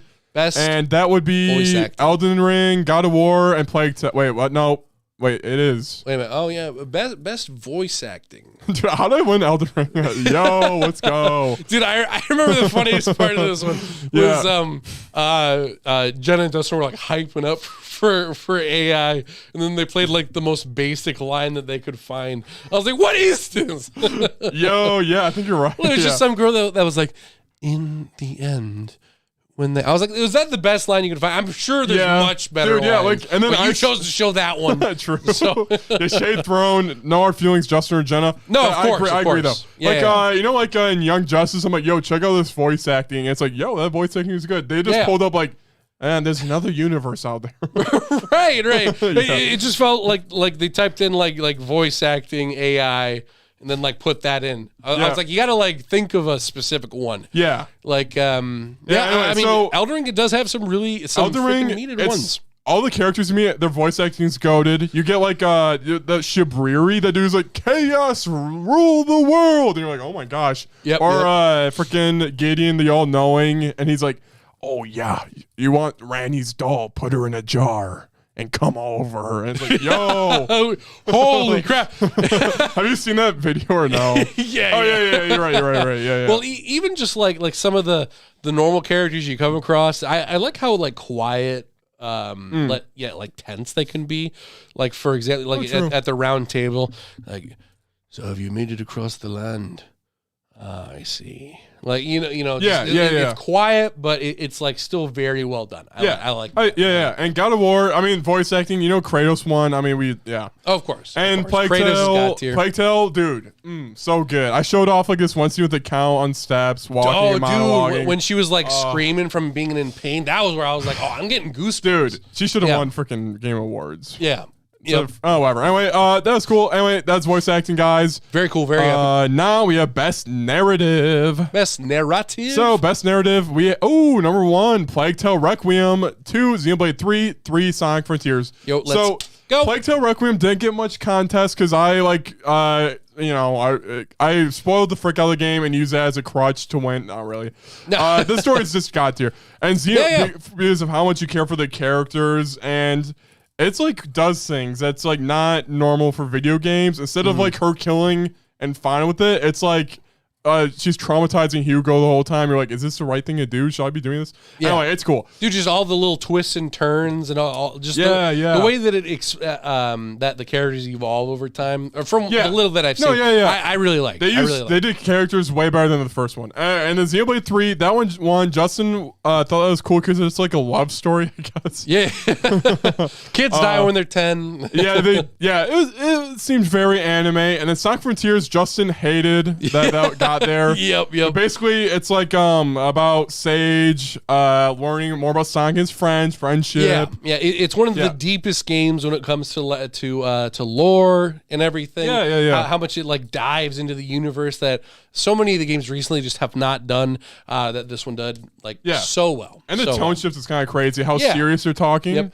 Dude, I saw a video like comparing a line from like freaking Sonic Colors to like this game, and like I forgot like how different it is, because Color's like, hey, butt stash, and then Frontiers is like, it'll be all right, and I'm like, what the fuck? Holy frick. Yeah.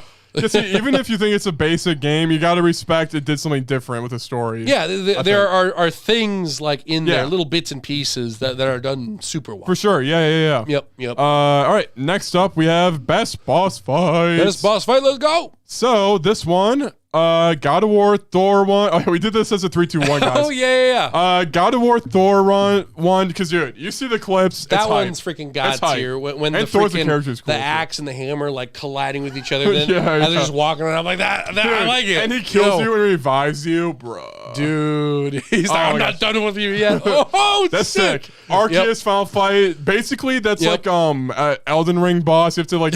It's literally an Elden Ring boss, but with Pokemon. You fight the Pokemon god. It is freaking goated. It's awesome. And then Elden Ring Millennia, she's just iconic, you know? Iconic. The design and like how difficult she is, the satisfaction. Hell yeah. It's got to be the most iconic Elden Ring. Or I mean, FromSoft boss fight of all time. Like more iconic than the final boss. It's honestly, I've looked around and people say it's the hardest boss. I'm like, yeah, I agree. Honestly, you just have to. It's easy once you memorize all her moves. Once you memorize every single move. Yeah. Hey, here's the list, guys. So now we have the official Game of the Year list. Why's that there? What? Wait, what? Huh? Okay, so there's 2 columns. Oh, I think we had to fix like the numbers or something. Oh, no. One's just the list of games. Oh, and then one is the definitive, like this is the order. All right, so in last place we have... One second, I'm just checking. Oh, yeah, for sure. As long as Jackbox is on the bottom. Yeah, interesting. Or is it on the bottom in both? 30, 25, 24, 11. Oh, yeah, so then this one goes 11, and then this one... Oh, it's the same issue. So we're off by like 12, 13. yeah. So we're up by 2. Let's just not even say numbers until like the top 10. Okay, I'm game. I'm game. Yeah. All right. In last place, you got Jackbox Party Pack 9. Dude, they legit like. They dropped the ball. They dropped the ball. All right, does Jackbox, are they lazy? I think they're lazy, dude. I think that they're.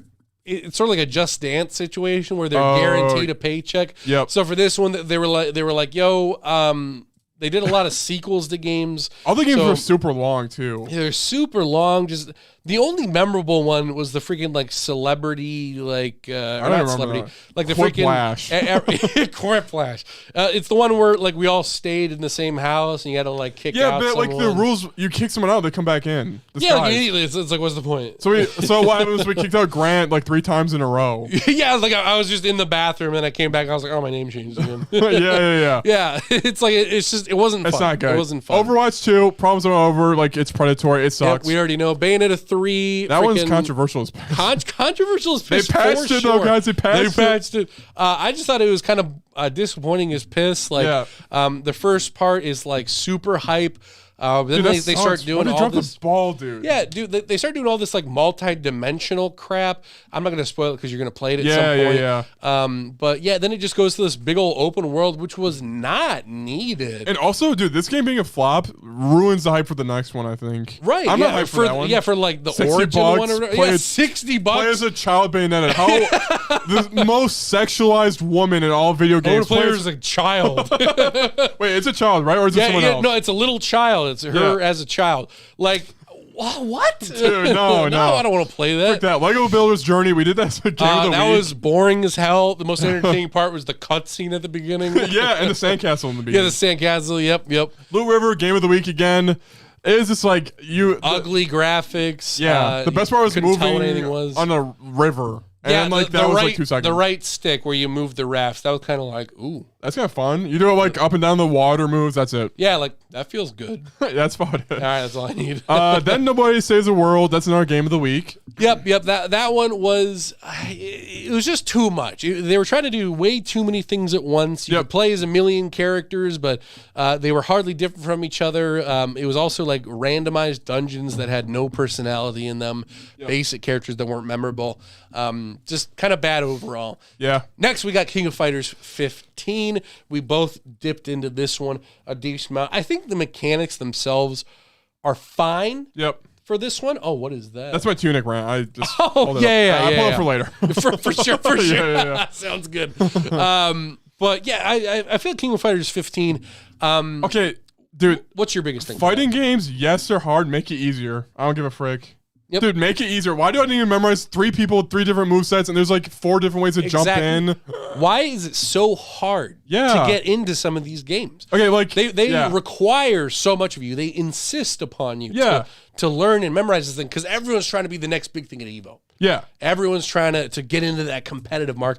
Everyone's forgetting about the casual market. Sometimes I just want to play a game just to play the hell out of it. Also, King of Fighters, I feel like they need to reboot like Guilty Gear Strive because isn't it like Terry? Oh, Buster Wolf, like the same ultimate 100%. Every time. Street Fighter, a new game comes out, they do a cool ultimate, you know, that has never seen before. Exactly. I feel like they're I feel like all that King of Fighters really does is they take the roster from the last game. They say, okay, we're going to take like 75% of it, put it in the next one. Exact same moveset. We'll update the models a little bit to update to the new graphic style. But after that, we'll add like 6 new characters, and those will be the ones that have new movesets. Yeah. So you're only really playing it for those characters, or you're just buying essentially an update to Street Fighter 14 and just playing the characters you already know. Yeah. And the online was just basic. Nothing really to it. I think the training options were pretty bad too. Yep. Just nothing to it. Nothing to it. After Strive, you can't just freaking put out fighting games and just like go, exactly. Dude, look up YouTube videos. I'm like, bro. Right. I was looking up YouTube videos. I was. I should not have to. To get into your game. Seriously. Also, I didn't like the girls in this. Like, all of them are sexualized other than like one. Like 100%. Like, bro. 100%. So dumb. Anyway, Choo Choo Charlie, Justin played that one. I think he said it was like Slenderman. It's kind of funny. Yeah. Mario Strikers Battle League. We talked about that one a little bit earlier in the video, but the DLC came out though. The DLC came out. Freaking piss off with your $60 sport game. I played the demo, and you know what? Here's the thing with the demo. I liked the gameplay. The gameplay was fun. Yeah. But there's no content. There's nothing to do. The only thing to do, there's no story mode, there's no party mode or whatever. The only thing you can do is make a little gang with a couple other people online and basically just fight out in a couple of matches. Yeah. But even the matches get boring as piss because you don't have any unique characters aside from the main cast you see in every game. You're right. And the stages are all the exact same. Yeah. The environments change a little bit, but the stages aren't different at all. You're doing the same thing. It's just color changing. Is there older Striker games where there's obstacles? Yeah, like lava fountains like popping out of the ground and whoa, you gotta dodge all that stuff and chain chomps going around the stage, and this one nothing. Dude, remember the Wii U Mario Tennis game? I hate when they do the stages aren't Mario. I hate that crap. Dude, yeah, same thing with that stupid Mario Golf game. I was actually so hyped for that game. Oh, it's like green fields. Dude, yeah. Bigger green fields. If they re-release the 3DS one, I'd be addicted. Dude, yeah, like freaking Toadstool Tour, the one that I played on the GameCube, there's like mushroom forests and like underground caves. Yeah. Oh, did they? Yeah, Mushroom Forest, yeah. Yeah, like freaking hype. Like DK Jungle. Why did you not just do that? You put DK Jungle, golf on the barrel, bam, launch. It's literally normal to have that in the games, but they're just like, nah. Yeah, it's dumb. Not to mention the freaking water in the town looked like freaking 8-bit. Yeah, dude. It's just bothersome when Nintendo's like, yeah. And then, you go to Boo's room. It's the same as Toadette's room. Put some personality in there. Yeah. I think we said the same exact thing. Even freaking the Pokemon games do that a little bit, where it's like, oh, they have a Switch. Yeah. They have a Pikachu stuffed animal. Yeah, they do. It's true. Just Boo's sitting there with a blanket, a pillow, and a TV. Yeah. That's please show me what he's watching. Yeah. Freaking next was Live Alive. Justin said it was okay, but like the passive. From what I played, it was kind of just some boring bullshit. Yeah. I own it, and you play it still, dude. Hell yeah. Oh yeah. I just played like a ninja section. And I got caught when I didn't think that I should have gotten caught, and then it was just it's been a law. This came out really early. Yeah. But the best part was it's like, oh, old JRPG it sounds pretty good. It came out. So if you're a JRPG fan, you'll love it. Next up, Kirby's Dream Buffet. Yeah, a very basic $10 little mini game. Doesn't deserve to be any higher. The games themselves were fine. Definitely should have just been something inside of Forgotten Land, though. It didn't really deserve to be on its own. It's something that I played for maybe a half an hour while I was at work, and I was like, I've gotten my fill. Yeah. Oh, funny pun there. Next up, Multiverses. Is ranked still out? Nope, it is not out. That's why it's that low. It's just so sweaty. And, it's freaking sweaty. Bunch of freaking weirdos still playing this. What the frick? We talked about it a little bit earlier, but basically with the refusal to update it in any sort of proper way, puts it this low on the list. It does not deserve to be any higher until they freaking update it the way that it should be updated. All right, next up, Moon Scars is a game Justin mostly played. It's an unremarkable indie game. All right, next. Okay, yep. Scarlet and Violet. Already talked about this one. Yep. It's so disappointing. So disappointing. Yeah. Next, we got Tiny Tina's Wonderland. I think it's just another. It's just basic. It looks horrible too. It looks horrible. It's like the worst color palette I've ever seen in my life. Yeah, like for a game that's like supposed to be so colorful, it's like green. The best looking area is like the D&D table where Tina's at. Like, exactly. Bring me back. Give me back to the table. Yeah. All the character designs, I don't remember half of them. Like Paladin Mike. Oh my god, the voice acting sucks balls. Yeah, voice acting is balls. So much of it is balls. Yeah. It was just boring, and by the time I got to like the third waypoint, I had literally no desire to go a second further. I was like, I do not care. Yep. Next up, Cult of the Lamb. Basically, had a strong start. Near the end, though, you start seeing the cracks in the paint or whatever the frick it's called. You start seeing it's like there's 4 weapon types, and I go to this golden dude and sacrifice 4 followers and instantly never have to come back again. You know? Exactly. Yeah. It's the constant need to clean up after all of these people you accumulate after a while. You have no personal connection to any of them. The camp doesn't like how you build stuff. It doesn't make sense. Yeah, it really doesn't matter in the end. Yeah. When I go into like the final boss fight, there are weapons that are good and there are weapons that are bad. When it gives me the bad weapons, it just wastes my time. I just restart, try again. Once I get the good weapons, the broken ones, it's easy. Do you beat it, by the way? Yeah, I beat it. Okay, cool. I beat it. The final boss of my first try. I'm like, if I die, I might not have to redo it. Dude, I died once and I was very close to being like, I don't want to do it. Dude, I don't want to do it. The bad thing is the final boss is kind of unremarkable. Like, right, like, yeah. we talked about Cult of the Lamb for 2 hours on the podcast. Yeah, we did. But like, your whole cult's on crosses, and it's like, oh yeah, my eyes pop out of my head. It's like, oh yeah, it's a like, okay, whoa, that's crazy. Whatever. Like, I thought it was gonna be a whole like, oh, I got to sacrifice all of them for the, I'm gonna get all buff and like freaking giant fight or something cool. But no, they come down and then they just do the basic. Yeah. Yay. Just Devolver Digital, do better. Do better. Yeah. Anyway, next up, Curse to Golf. Curse to Golf. So the mechanics themselves are actually very fun. Like I said, I love golf games, depending on the game, of course. But there are so many other issues with this one. This one plays like an NES game, where basically if you die at any point throughout your entire playthrough, you are sent to the very beginning of the entire story and everything, and it's just incredibly frustrating. The game it can be quite unfair at times, and by unfair I mean like as you're going through the levels, the game hands you certain cards, and sometimes you get. It's a card game. I always forget. Yep. Sometimes you have to use the cards if you really want to get ahead of the bosses. Like for example, the first boss, like one stroke of the golf club and the ball goes flying halfway across the damn map, which would take me like 3 full power strokes. So I can't catch up to him. So I have to use a really good card. But if the game doesn't give me the good card, then I lose automatically, and now I have to start over the 3 hours that I just got done playing. Bruh. So it's Curse to Golf. It is cursed to golf. Yeah. It is a golf-like game, as they say. Dang. So, yep. Next up, we got Sonic Origins. Yeah, I played this one too. Yep, I am not, however, basing this off of the games themselves. Those games have been out for a long time. Yep. However, I'm basing it off of the quality of the ports as well as the extra content. Cutscenes.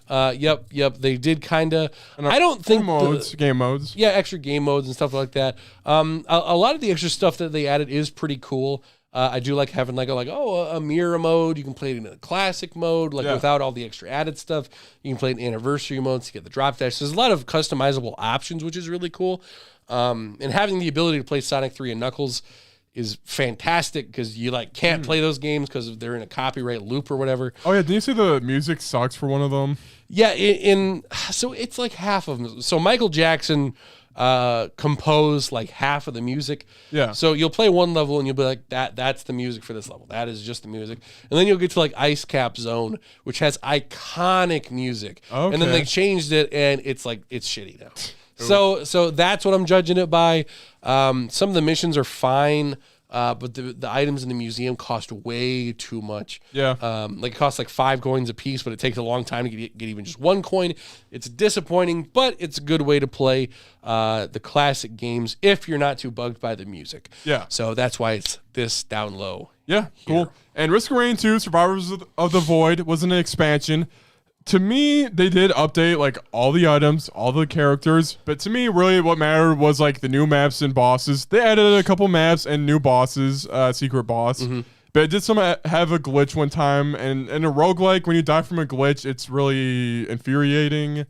Because he's just literally in the sky. I'm like, bro, how do I get there? Yeah, what the heck? Some items allow you to get up that far, but I wasn't definitely built for that. I was not up that far. I was not. Yeah, I didn't have the build for it. Yeah. So it was good, but it's an expansion. So yep, that is totally fair. Yep. Next up was my game, TMNT Shredder's Revenge. This was a game that had super fun mechanics. The graphics are super charming. The music is GOTY. However, the shortness of the game, it's an hour and a half long, and for $20, that just ain't enough.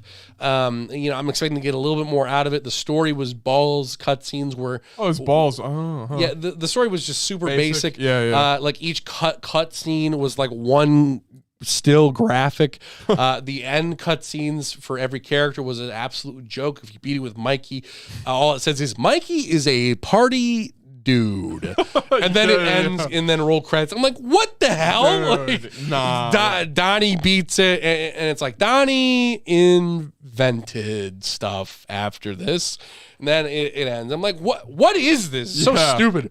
I think the funniest one though was probably April, because if you beat it with April, then she's like, April reported the events, and I'm like, okay. Yeah. So that's it. It had some fun, but whatever outside of that.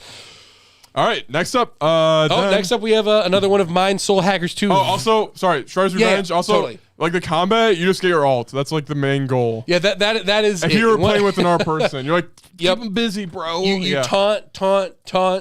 Okay, combo.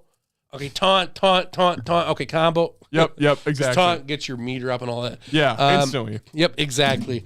All right. It fidget spinner. Yeah. Next up, we have. I had a fidget cube for a while, actually. Interesting. Yep, very cool. Very cool. Soul Hackers 2, very disappointing JRPG of the year. I like Atlas is trying. We're trying. Yeah, I do like how they're reaching out to other franchises. Again, there was some pretty darn good stuff in this. Of course, that Atlas combat, that god tier RPG combat is here. It's fantastic, of course, as usual. I should say in the lighting more. I just realized. Oh, yeah.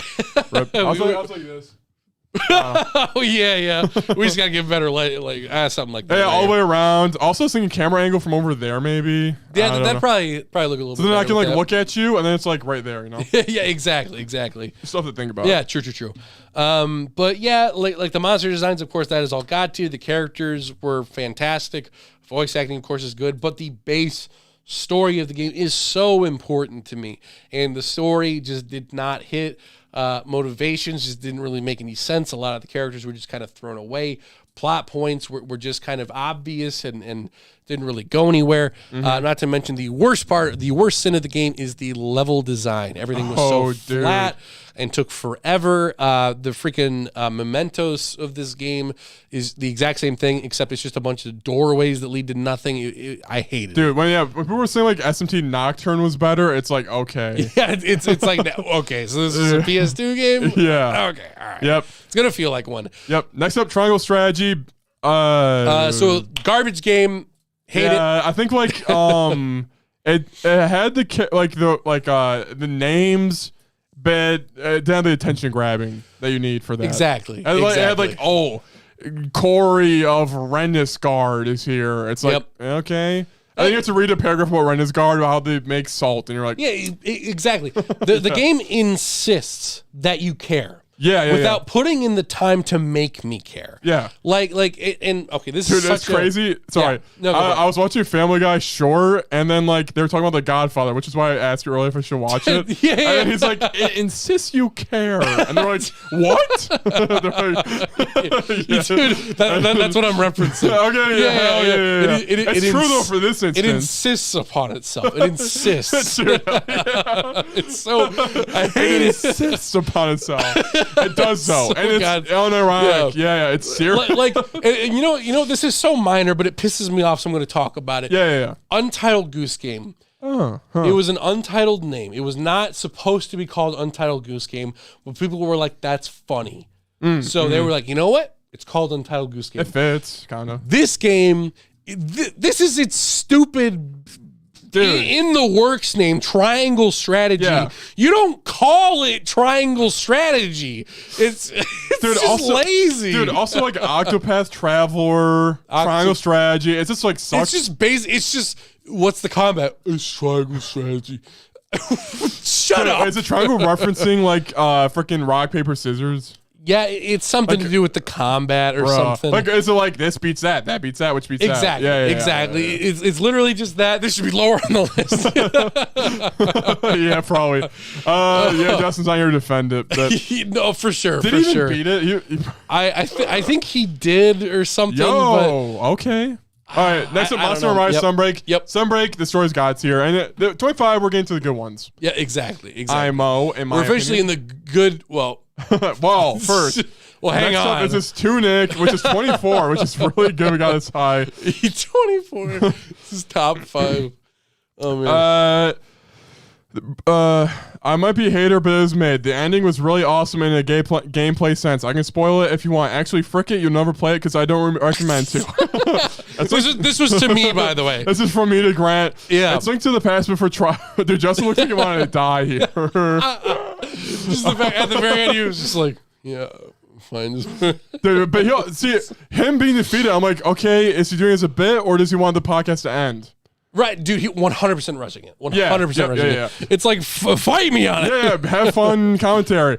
Yeah. It's Link to the Past, but for tryhards, the combat is so clunky, the worst feeling thing ever. That's what makes it difficult. Hard to win when your sword swing and reach is shorter and slower than every enemies in the game. It seems like, and it was. Yep. It's not fun at all. Most people probably just go throw consumable weapons, bombs, etc. to win combat encounters. So the game would be better with no enemies and just as a puzzle-solving game.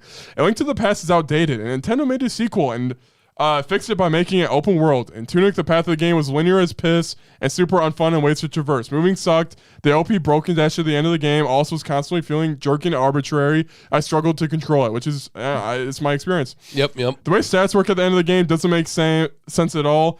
It's I'm not getting into it. Music is soft. The only tracks that were good was a calm, soothing music, which good thing for the music. I put a calm track in. Justin did, which proves my theory. Yep. The final puzzle is great, as you realize the instruction manual was actually a treasure map the whole time. Wow. I was so hyped personally finding the revelation and seeing the golden rectangle markings hidden subtly in the backgrounds of pages on the instruction manual was awesome. Anyway, the treasure ended up being the back page of the book, making you automatically befriend the hype final boss. Oh my God. I was disappointed. I wanted a secret boss or something. The instruction manual mentions like an undying spell. I'm like, yo, I'm going to be undying and I'm going to fight this boss and not die. But really, and I thought I'd get like, a cool sword because the whole time, dude, I don't know. I picked up another sword and it said, oh, you already have one. Yeah. I don't get that, dude. And Justin never responds either. Am I supposed to think like, ha-ha? Yeah. Cool. Automatically winning the final boss encounter, the hair makes it fail the satisfaction of beating something in the game. Instead, you do a cryptic and hard puzzle, open a door. That's satisfying. And open a chest on a pretty decent looking backdrop. I suppose the credits are different. That's a plus because you're with the air or whatever. Yep. Anyway, I tried for 2 hours on the final puzzle and I ended up looking it up and had tried so many attempts on it as well. 1.5 out of 6. Holy frick, I sad there. Holy crap. But did you talk about the graphics at all? Oh, yeah. No, I didn't. The graphics were okay, but I thought they were basic as free. Yeah. No, it didn't. Wasn't. When you think of Tunic, you think of a fox. Why would you think of like geometric fox? Right. Like, I don't know. Yeah. It should be cutesy and chibi Yeah, or something. cutesy like chibi. freaking Link's Awakening. They should have looked at that and be like, oh, that's what we should strive for. Instead, they just do like, oh, pig with a sword. I'm like, yeah. yeah. It's like, okay, Yeah. that's an enemy, sure. Yep. Mario and Rabbids Sparks of Hope is next. So next up we have Mario and Rabbids Sparks of Hope. Basically, this game should have just been Rabbids Sparks of Hope. The Mario characters did not need to be here. The levels are boring, designed very poorly. The story itself is fine. It's very basic. The humor I thought was painful. I hated every time they tried to crack a joke. It was just kind of piss poor. However, the combat is very fun. The combat is very fun. I enjoyed mixing and matching certain characters and moves, and Sparks gave certain characters certain extra affinities to add to their abilities. That was quite fun. Yeah. But overall, it's definitely not something that I'm going to play anytime soon. I'll play it a little bit from when the Rayman DLC comes out just to check it out. Yeah. But that's it. It was just it was a decent game with a lot of big flaws, but some pretty good parts. Yeah. Hell yeah. Next up, we got the Lego Skywalker Saga, a brilliant addition to the Lego series. Open world, kinda. Yeah, very open world. You can go to any planet you want. My biggest issue is that this game is very crowded. Basically, if you want to do any of like the missions, like there's like 30 missions like huddled into one area. So it can get kind of draining trying to do a whole bunch in a row. That makes sense. Like I was trying to complete like one whole planet because I like completing Lego games. I mean, it's pretty fun. Yeah. Once you unlock all the different characters and get all the different moves and stuff, that it's fun.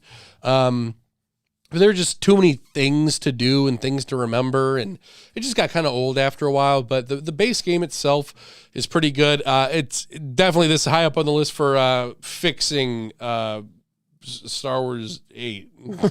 Oh, yo, yeah. Fixing it partially. Dude, yeah, it's pretty funny too. Yeah, exactly. Like my favorite thing was freaking, when Han dies and Princess Leia, instead of hugging Chewbacca, she hugs freaking Rey, of all people. in the Lego game, Chewbacca's like, okay, yeah. All right, that actually made it bearable then. Yeah, right, because now I'm not frustrated. Now I'm like, they get it. They get it. Dude, all right. like, oh, Rey. Oh, my gosh. Ray, you poor thing. All right, but next up, Splatoon 3. All right, Grant, let's say this. Turf War was lame. Salmon Run was like basically like the last game. It was God tier. The story, though. The story. Missions were great. God tier, dude. It was how you do a story. It was so good. Yeah. It was good. Super fun. Basically, you had to try every mission. That was cool. Even exactly. Exactly. Did you do like the other versions of the missions where you like, I got to try? No. I did not do that. No. Court's trying to do that. I'm like, why? Yeah, that's why tough. would you do it? Like there were some times I would jet. Yeah, no, I forgot. yeah. Like I would go in with a gun and I'd be like, this gun is trash on this stage. I'm obviously doing this gun. I did it where I'm like, I'll do the hardest gun, and then like first roll it's easy, and then you realize, oh, I have enough orbs to like beat the game. I'll do the easy ones. Yeah, and then, like, yeah, exactly. Yep. Honestly, the part that I hated the most was that I painted like each island like completely. And then when I restarted the game, up to like the third one. Yeah. And then when I loaded the game back in, I was like, it's all gone. It does suck. But the story was God tier. How far is Cord in it with the guns? I think it's like halfway through right now. I wonder if they give you like equipment. Do you think they reward you at all? I don't think so. Maybe. I mean, if they do, that'd be pretty cool. But you only get like 2 pieces of equipment for like beating the game anyway. Do you get anything for 100% Splatoon 3? 100% story The mode. Shell Drone is a secret unlockable that you can only get access to by surveying all the Eterna 100% completing the main story. Wow. So I don't know if you looked it something. up. He does get something. I don't know if you looked that up. Huh? No, I did not know that. The Shell Drone. A flying Shell Drone will appear at the landing pad in Site 1. You can pay 999 power eggs once a day to have the drone look for items that will appear in the lobby terminal the next day. This is a great way to keep getting rewards by using up excess currency you accumulated while playing story mode. So you will run out of orbs eventually. And then you have to replay a mission again, maybe. Oh. Huh. Okay. 999 a day. So however much he has, he's on limited time or borrowed time, I'd say. Yeah, because eventually it's going to run out. Right. But he does get a bunch of cool items, so it's pretty. That's cool. That's cool to have reward, better than nothing. Yeah. Exactly. Yep. Next up, unless you had anything else to say. No. Okay. Next up, we got Metal Hellsinger. Go for it, dude. They fixed what BPM did. They made the FPS fun. The issue is the same boss. Every boss fight, the stage changed. That's it. Yep. Also, they teased a sequel. The game was cheap, so that was fine. It's on Game Pass, I guess, now too. Yeah. But yeah. How much was it? Probably $40. No, it's 20. That's only $20. $20 isn't bad. 40 is definitely in that mid range. It's kind of expensive depending on what. Oh, look at 10 out of 10, bro. 10 out of 10. Yeah, dang. It was good, but the boss was the same every time. I didn't like that. Yeah. That was a 10 out of 10. That's a 10 out of 10. Literally, like, and the voice act, it's fine actually. Voice acting's fine. Yeah, that's pretty confident for a 10 out of 10. Overwhelming. Oh yeah, I got it on sale, $20. Oh, that's not bad. Oh yeah, that's not bad. But yeah, so it's good. It just left me wanting more. Like, it's cool because when you start a level, it does like that music video thing where it's like, yeah, this is a song by this band. I'm like, okay, that's cool. That's cool. Yeah, I like it. Yeah, the issue with the side missions was like, the thing is, it's like, it's easy, medium, hard, legendary. Mm-hmm. You could do the chord move and then play each level on each difficulty, and it'll give you more stuff. I'm like, I'm doing normal. One and done. The boss fights are pretty annoying. I wasn't challenged. I'm kind of cracked in Apex, so like, hell yeah. I'm just like bouncing around, like shooting, like bang, bang, like that. Yep. So I don't know.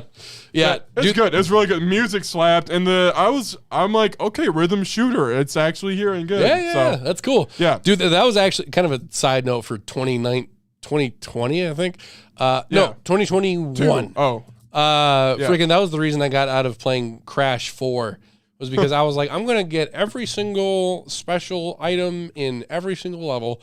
And then by like the second world, I was like, I don't want to play anymore. I don't want to play this game. I don't want to play. Yeah. Next up, Lil Gator Game. Yo, Lil Gator Game was a game that freaking, it kind of blew my mind a bit. It blew my mind a bit. Yeah. So the story is by far the most heartwarming thing of the entire year. Like it's basically how you felt playing out in the yard as a kid, but in a game. Like when you picked up like a stick and you were like, I'm a swordsman. It's literally that. It's the feeling of being a kid, and it's so wonderful. And the game is so freaking funny too.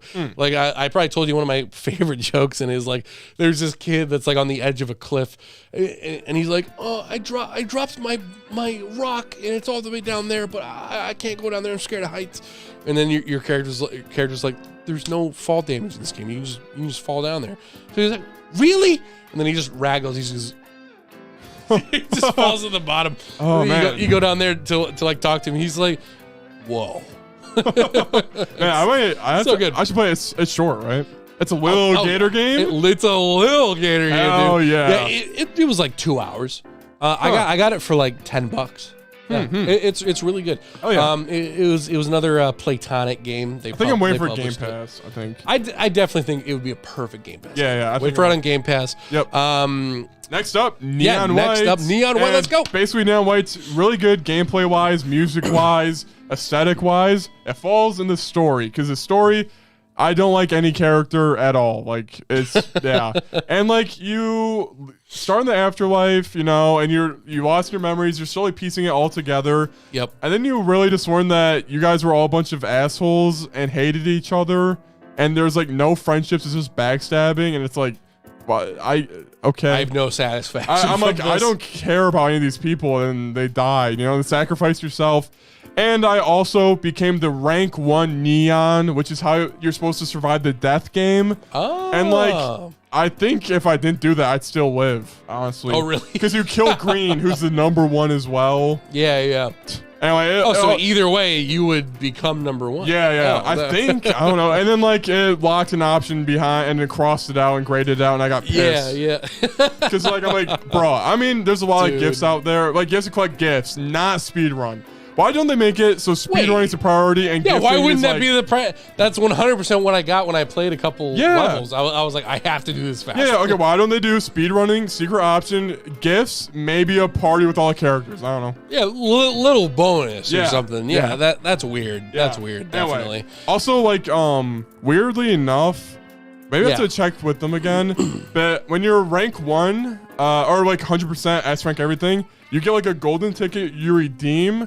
And it shows a pyramid of like ice cream and then a sword at the top. I'm like, yo, I gotta change the cosmetic of my sword. Okay. So I did that. And then I did like 10 scenes of him on a beach hanging out with a friend. I'm like, bro, this sucks. It's the same beach. Oh, no, look at the believers over there. They hate us. Yeah, man, they really hate us. Man, there's no food for us up here. It sucks. It's like, bro. It's just a bunch of like nasty people hanging out. Like, oh, this is fun. Yeah, like you got the murderer girlfriend who's like, tee, she actually tries killing you several times. She's always peeking the bushes over there, like that. Then you got the red girl. She always plays with your feelings. Yo. Ooh, do you trust her? It's like the one girl in Leon's campaign. Yeah. And Nita or something. Okay. Whatever her name is in Resident Evil 2. Anyway, then there's N4. And there's also like Yellow. He's actually the bro. He's like, yo, bro.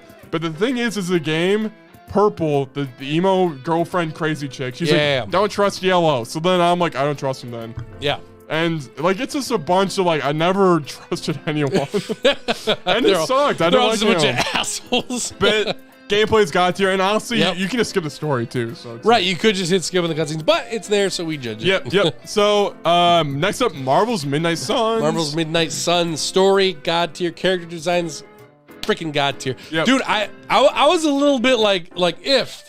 For a second there. I'm just saying when I was like hyping up the Venom design and that just like what? Who cares? I was like, I care. Yeah. Like, everybody. Everybody Marvel. Yeah. It's like you don't have to care. I didn't ask you. Yeah.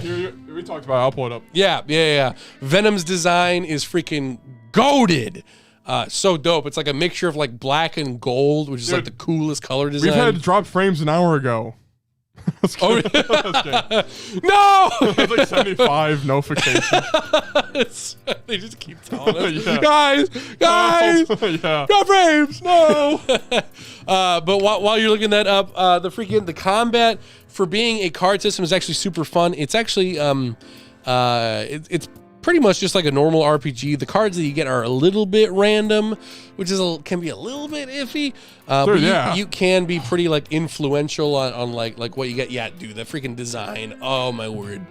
Like, yeah, there he is, boys. Yeah, dude, it's sick. Yo, boy. I did not like that. Yeah, it's literally an ancient Egyptian version of Venom. It's hype. The gold fits. Yeah, it's super cool. Super cool. Yep.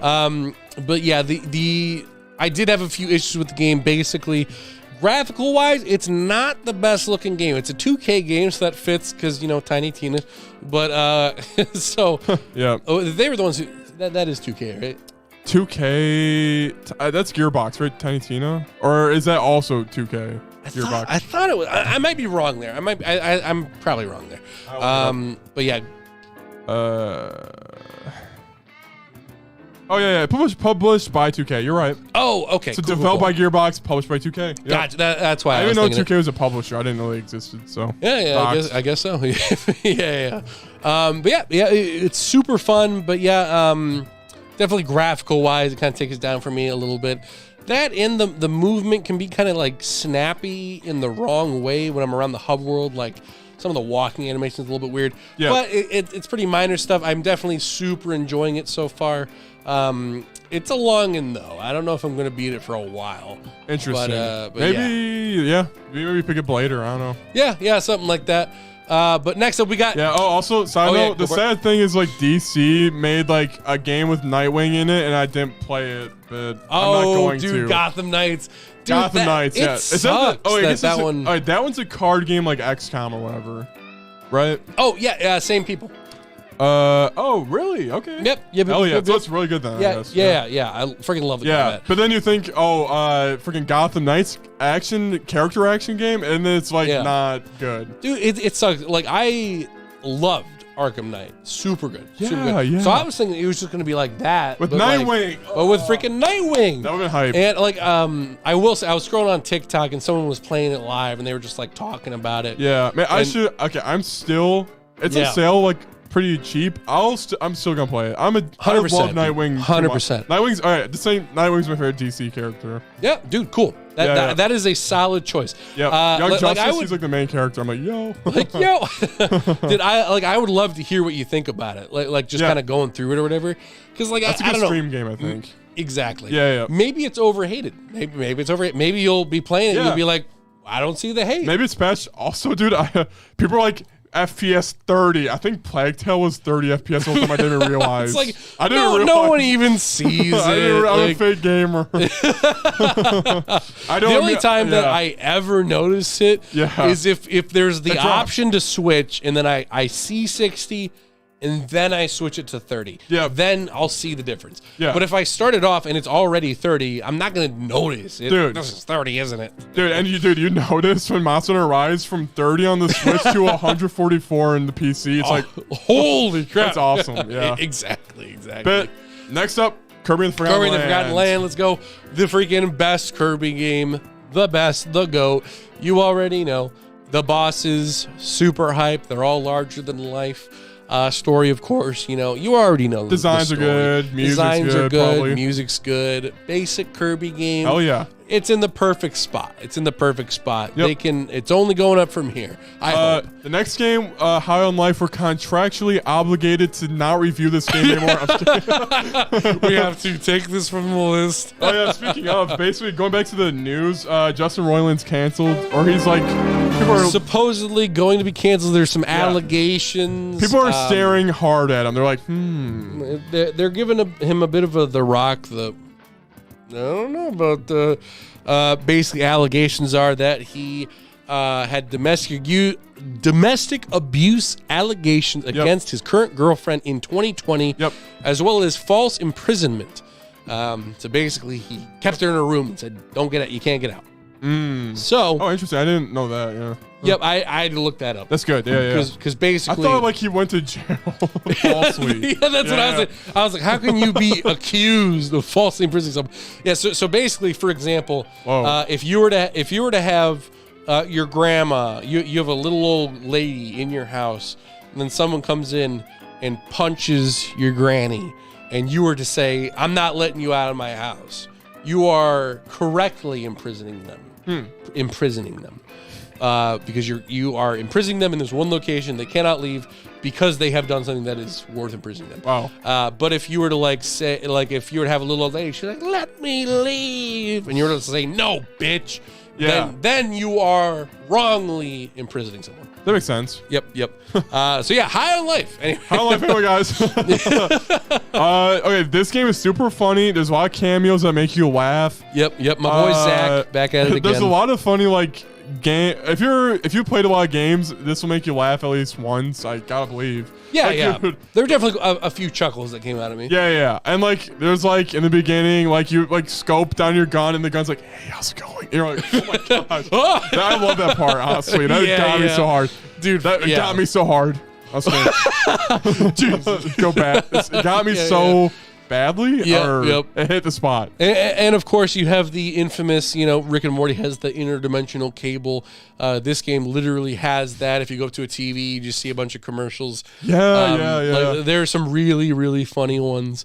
Yeah, dude. In there, one of my freaking favorites is what is it? It was like, "Papa Pepperoni's a pepperoni shop." And this one guy was like, "Where am I?" He's like, "Eat the pepperoni, eat the pepperoni." He's like, "Oh, no." And he just keeps feeding him pepperoni. He's like, "No, please." And then it just ends. Dude, yeah. Like, what the freak? There's so much moments like that, Grant, that we can go off on about. But exactly. We should keep going. We should keep going to Vampire Survivors. High Life kind of looks. I don't like the aesthetic. It's kind of gross. It's gross, but it's in its favor. Kind of. This guy smells poop and cum. yeah, exactly. The alien cum guy. Yeah. Like Trover Saves the Universe, I thought did the graphical style. Dude, it's so goated. I love it. Yep. It did that style so much better because it was a lot more cell shaded. Yeah.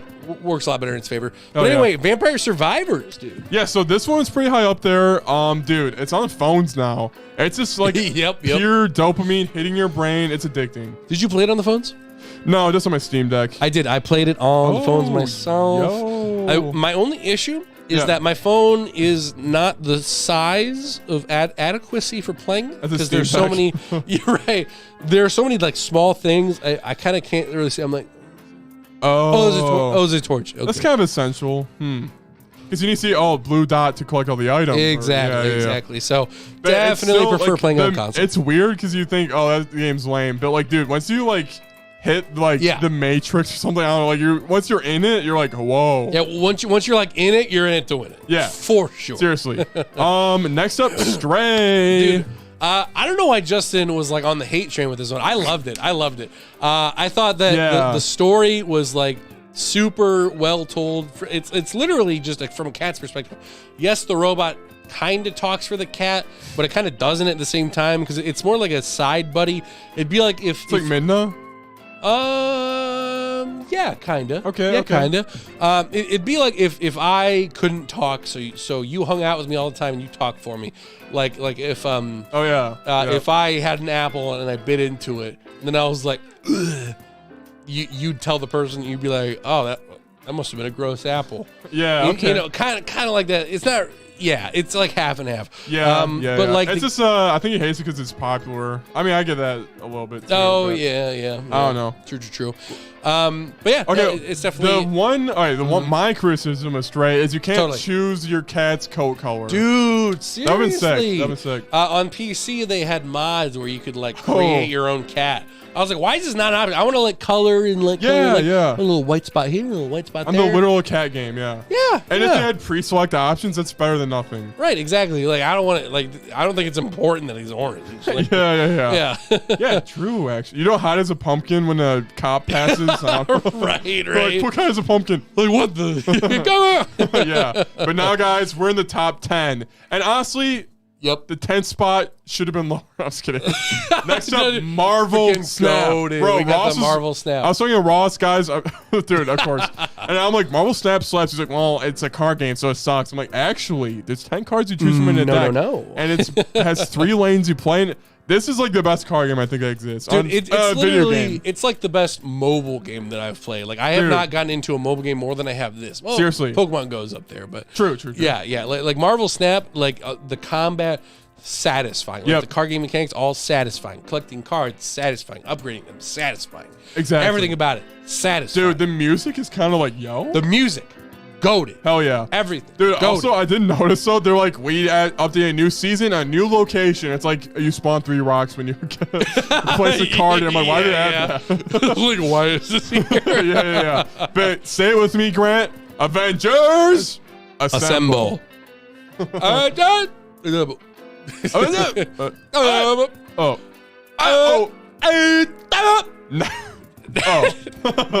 Next up, Pokemon Legends. Arceus.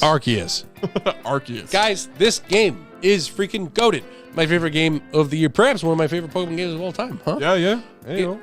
Boss fights are like literally Elden Ring boss fights. It's freaking hype. Shots are coming at you from every direction. It's awesome. At you, not your Pokemon. At me. Yes. Like I have to dodge. They literally say at the beginning. They're like, during your dodge, you have iframes that you can like get through blasts. And I'm like, that is so specific. Yeah. I love it.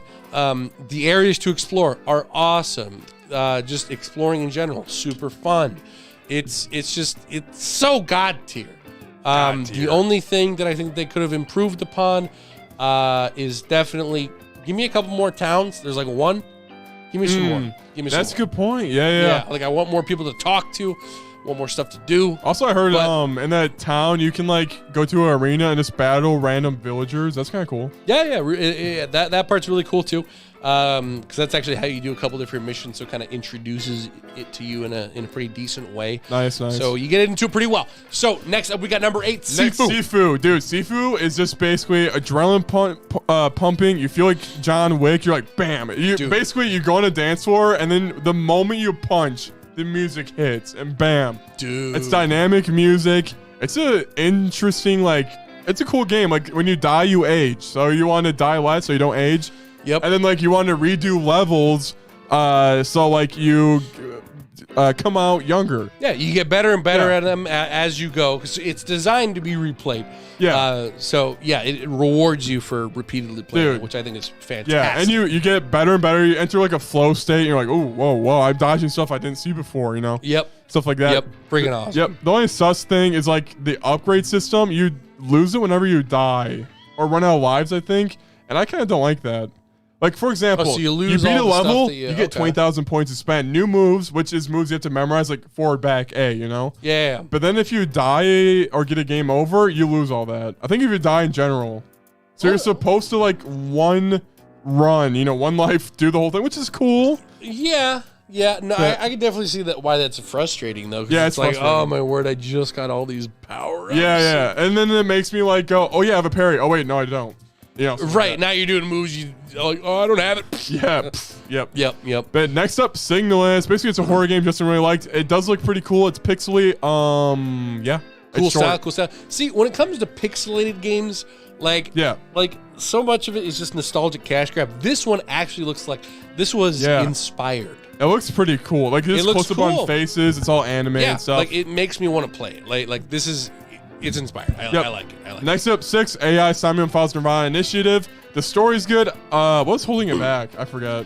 I think usually with visual novels like that, it's like maybe I think maybe a route they took was not that great. Yeah, right? It's a lot of it's based on like perspective, like how you felt playing. Oh yeah. Also, he said like it got repetitive at the end.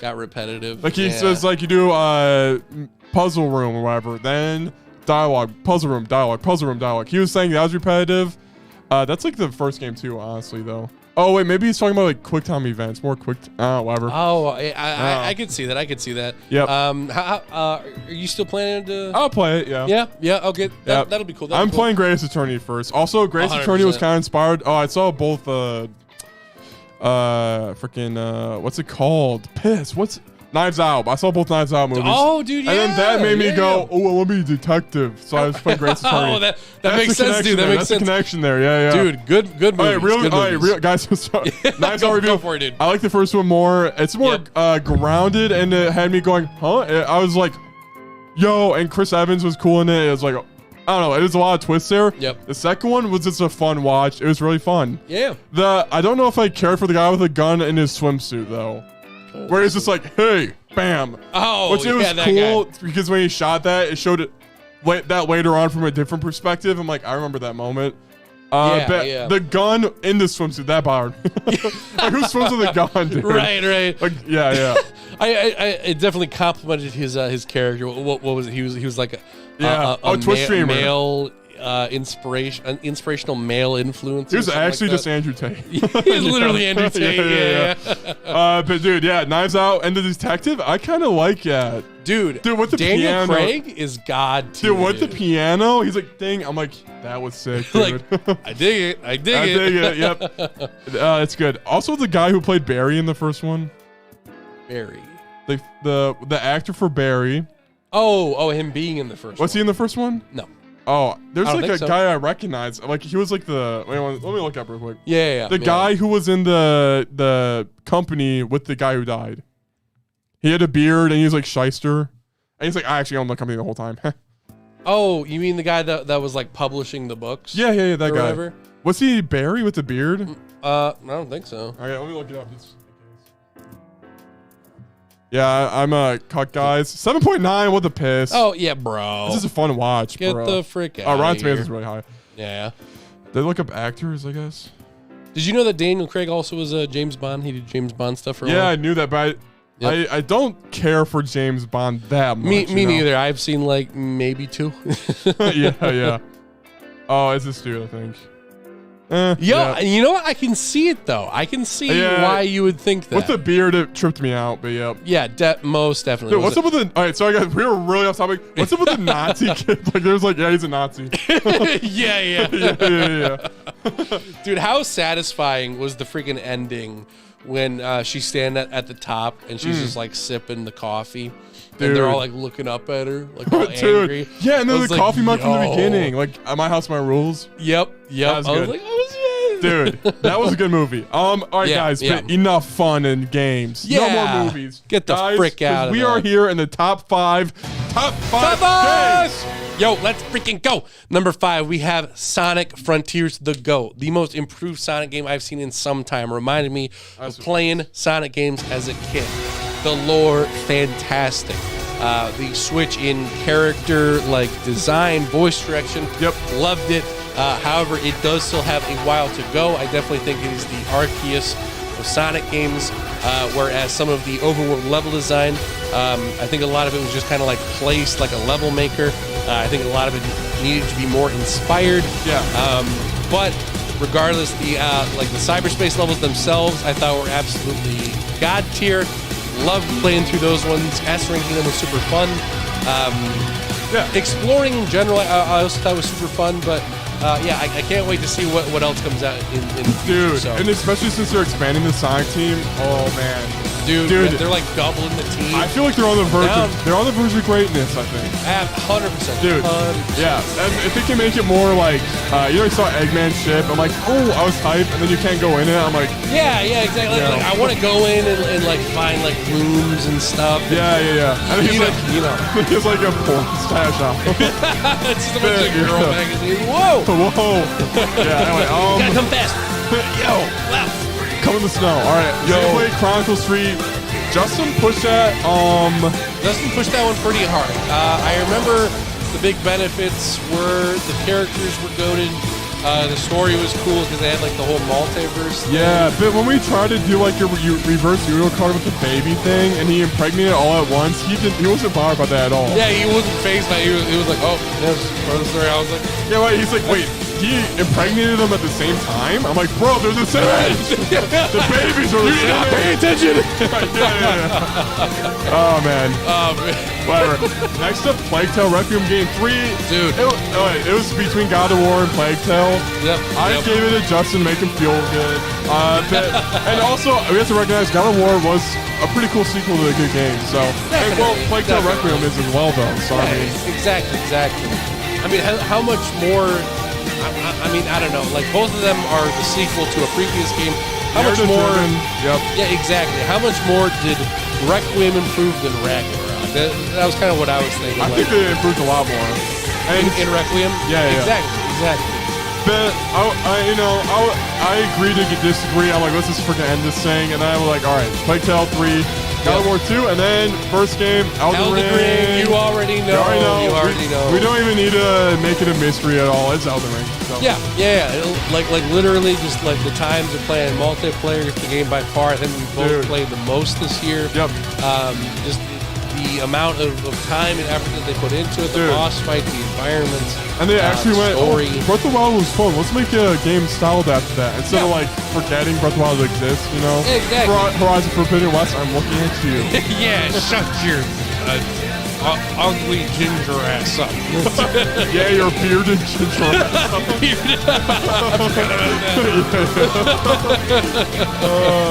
We don't have to make a pot. Yeah, but that was it, guys. So, game of the year, basically. Very cool. What did you guys think? Comment below. What do you guys think? Comment down below. Let us know what you think of our choices. Give us your choices down below. Oh, yeah, guys. It's been epic. Thank you so much for watching and listening to this podcast. Make sure to catch up with us in our other videos, as well as Grand Guy Reviews and Jacob's Gaming Adventure for game streams and movie, show, anime reviews. You already know. Yeah. You already know. But we'll be checking you next time. And guys, where's Grant's pants? Guys, shut, you son of a bitch. Don't look at my damn pants. Bye. Goodbye. Get the hell out of here. All right, and mute us, please. Bye, guys.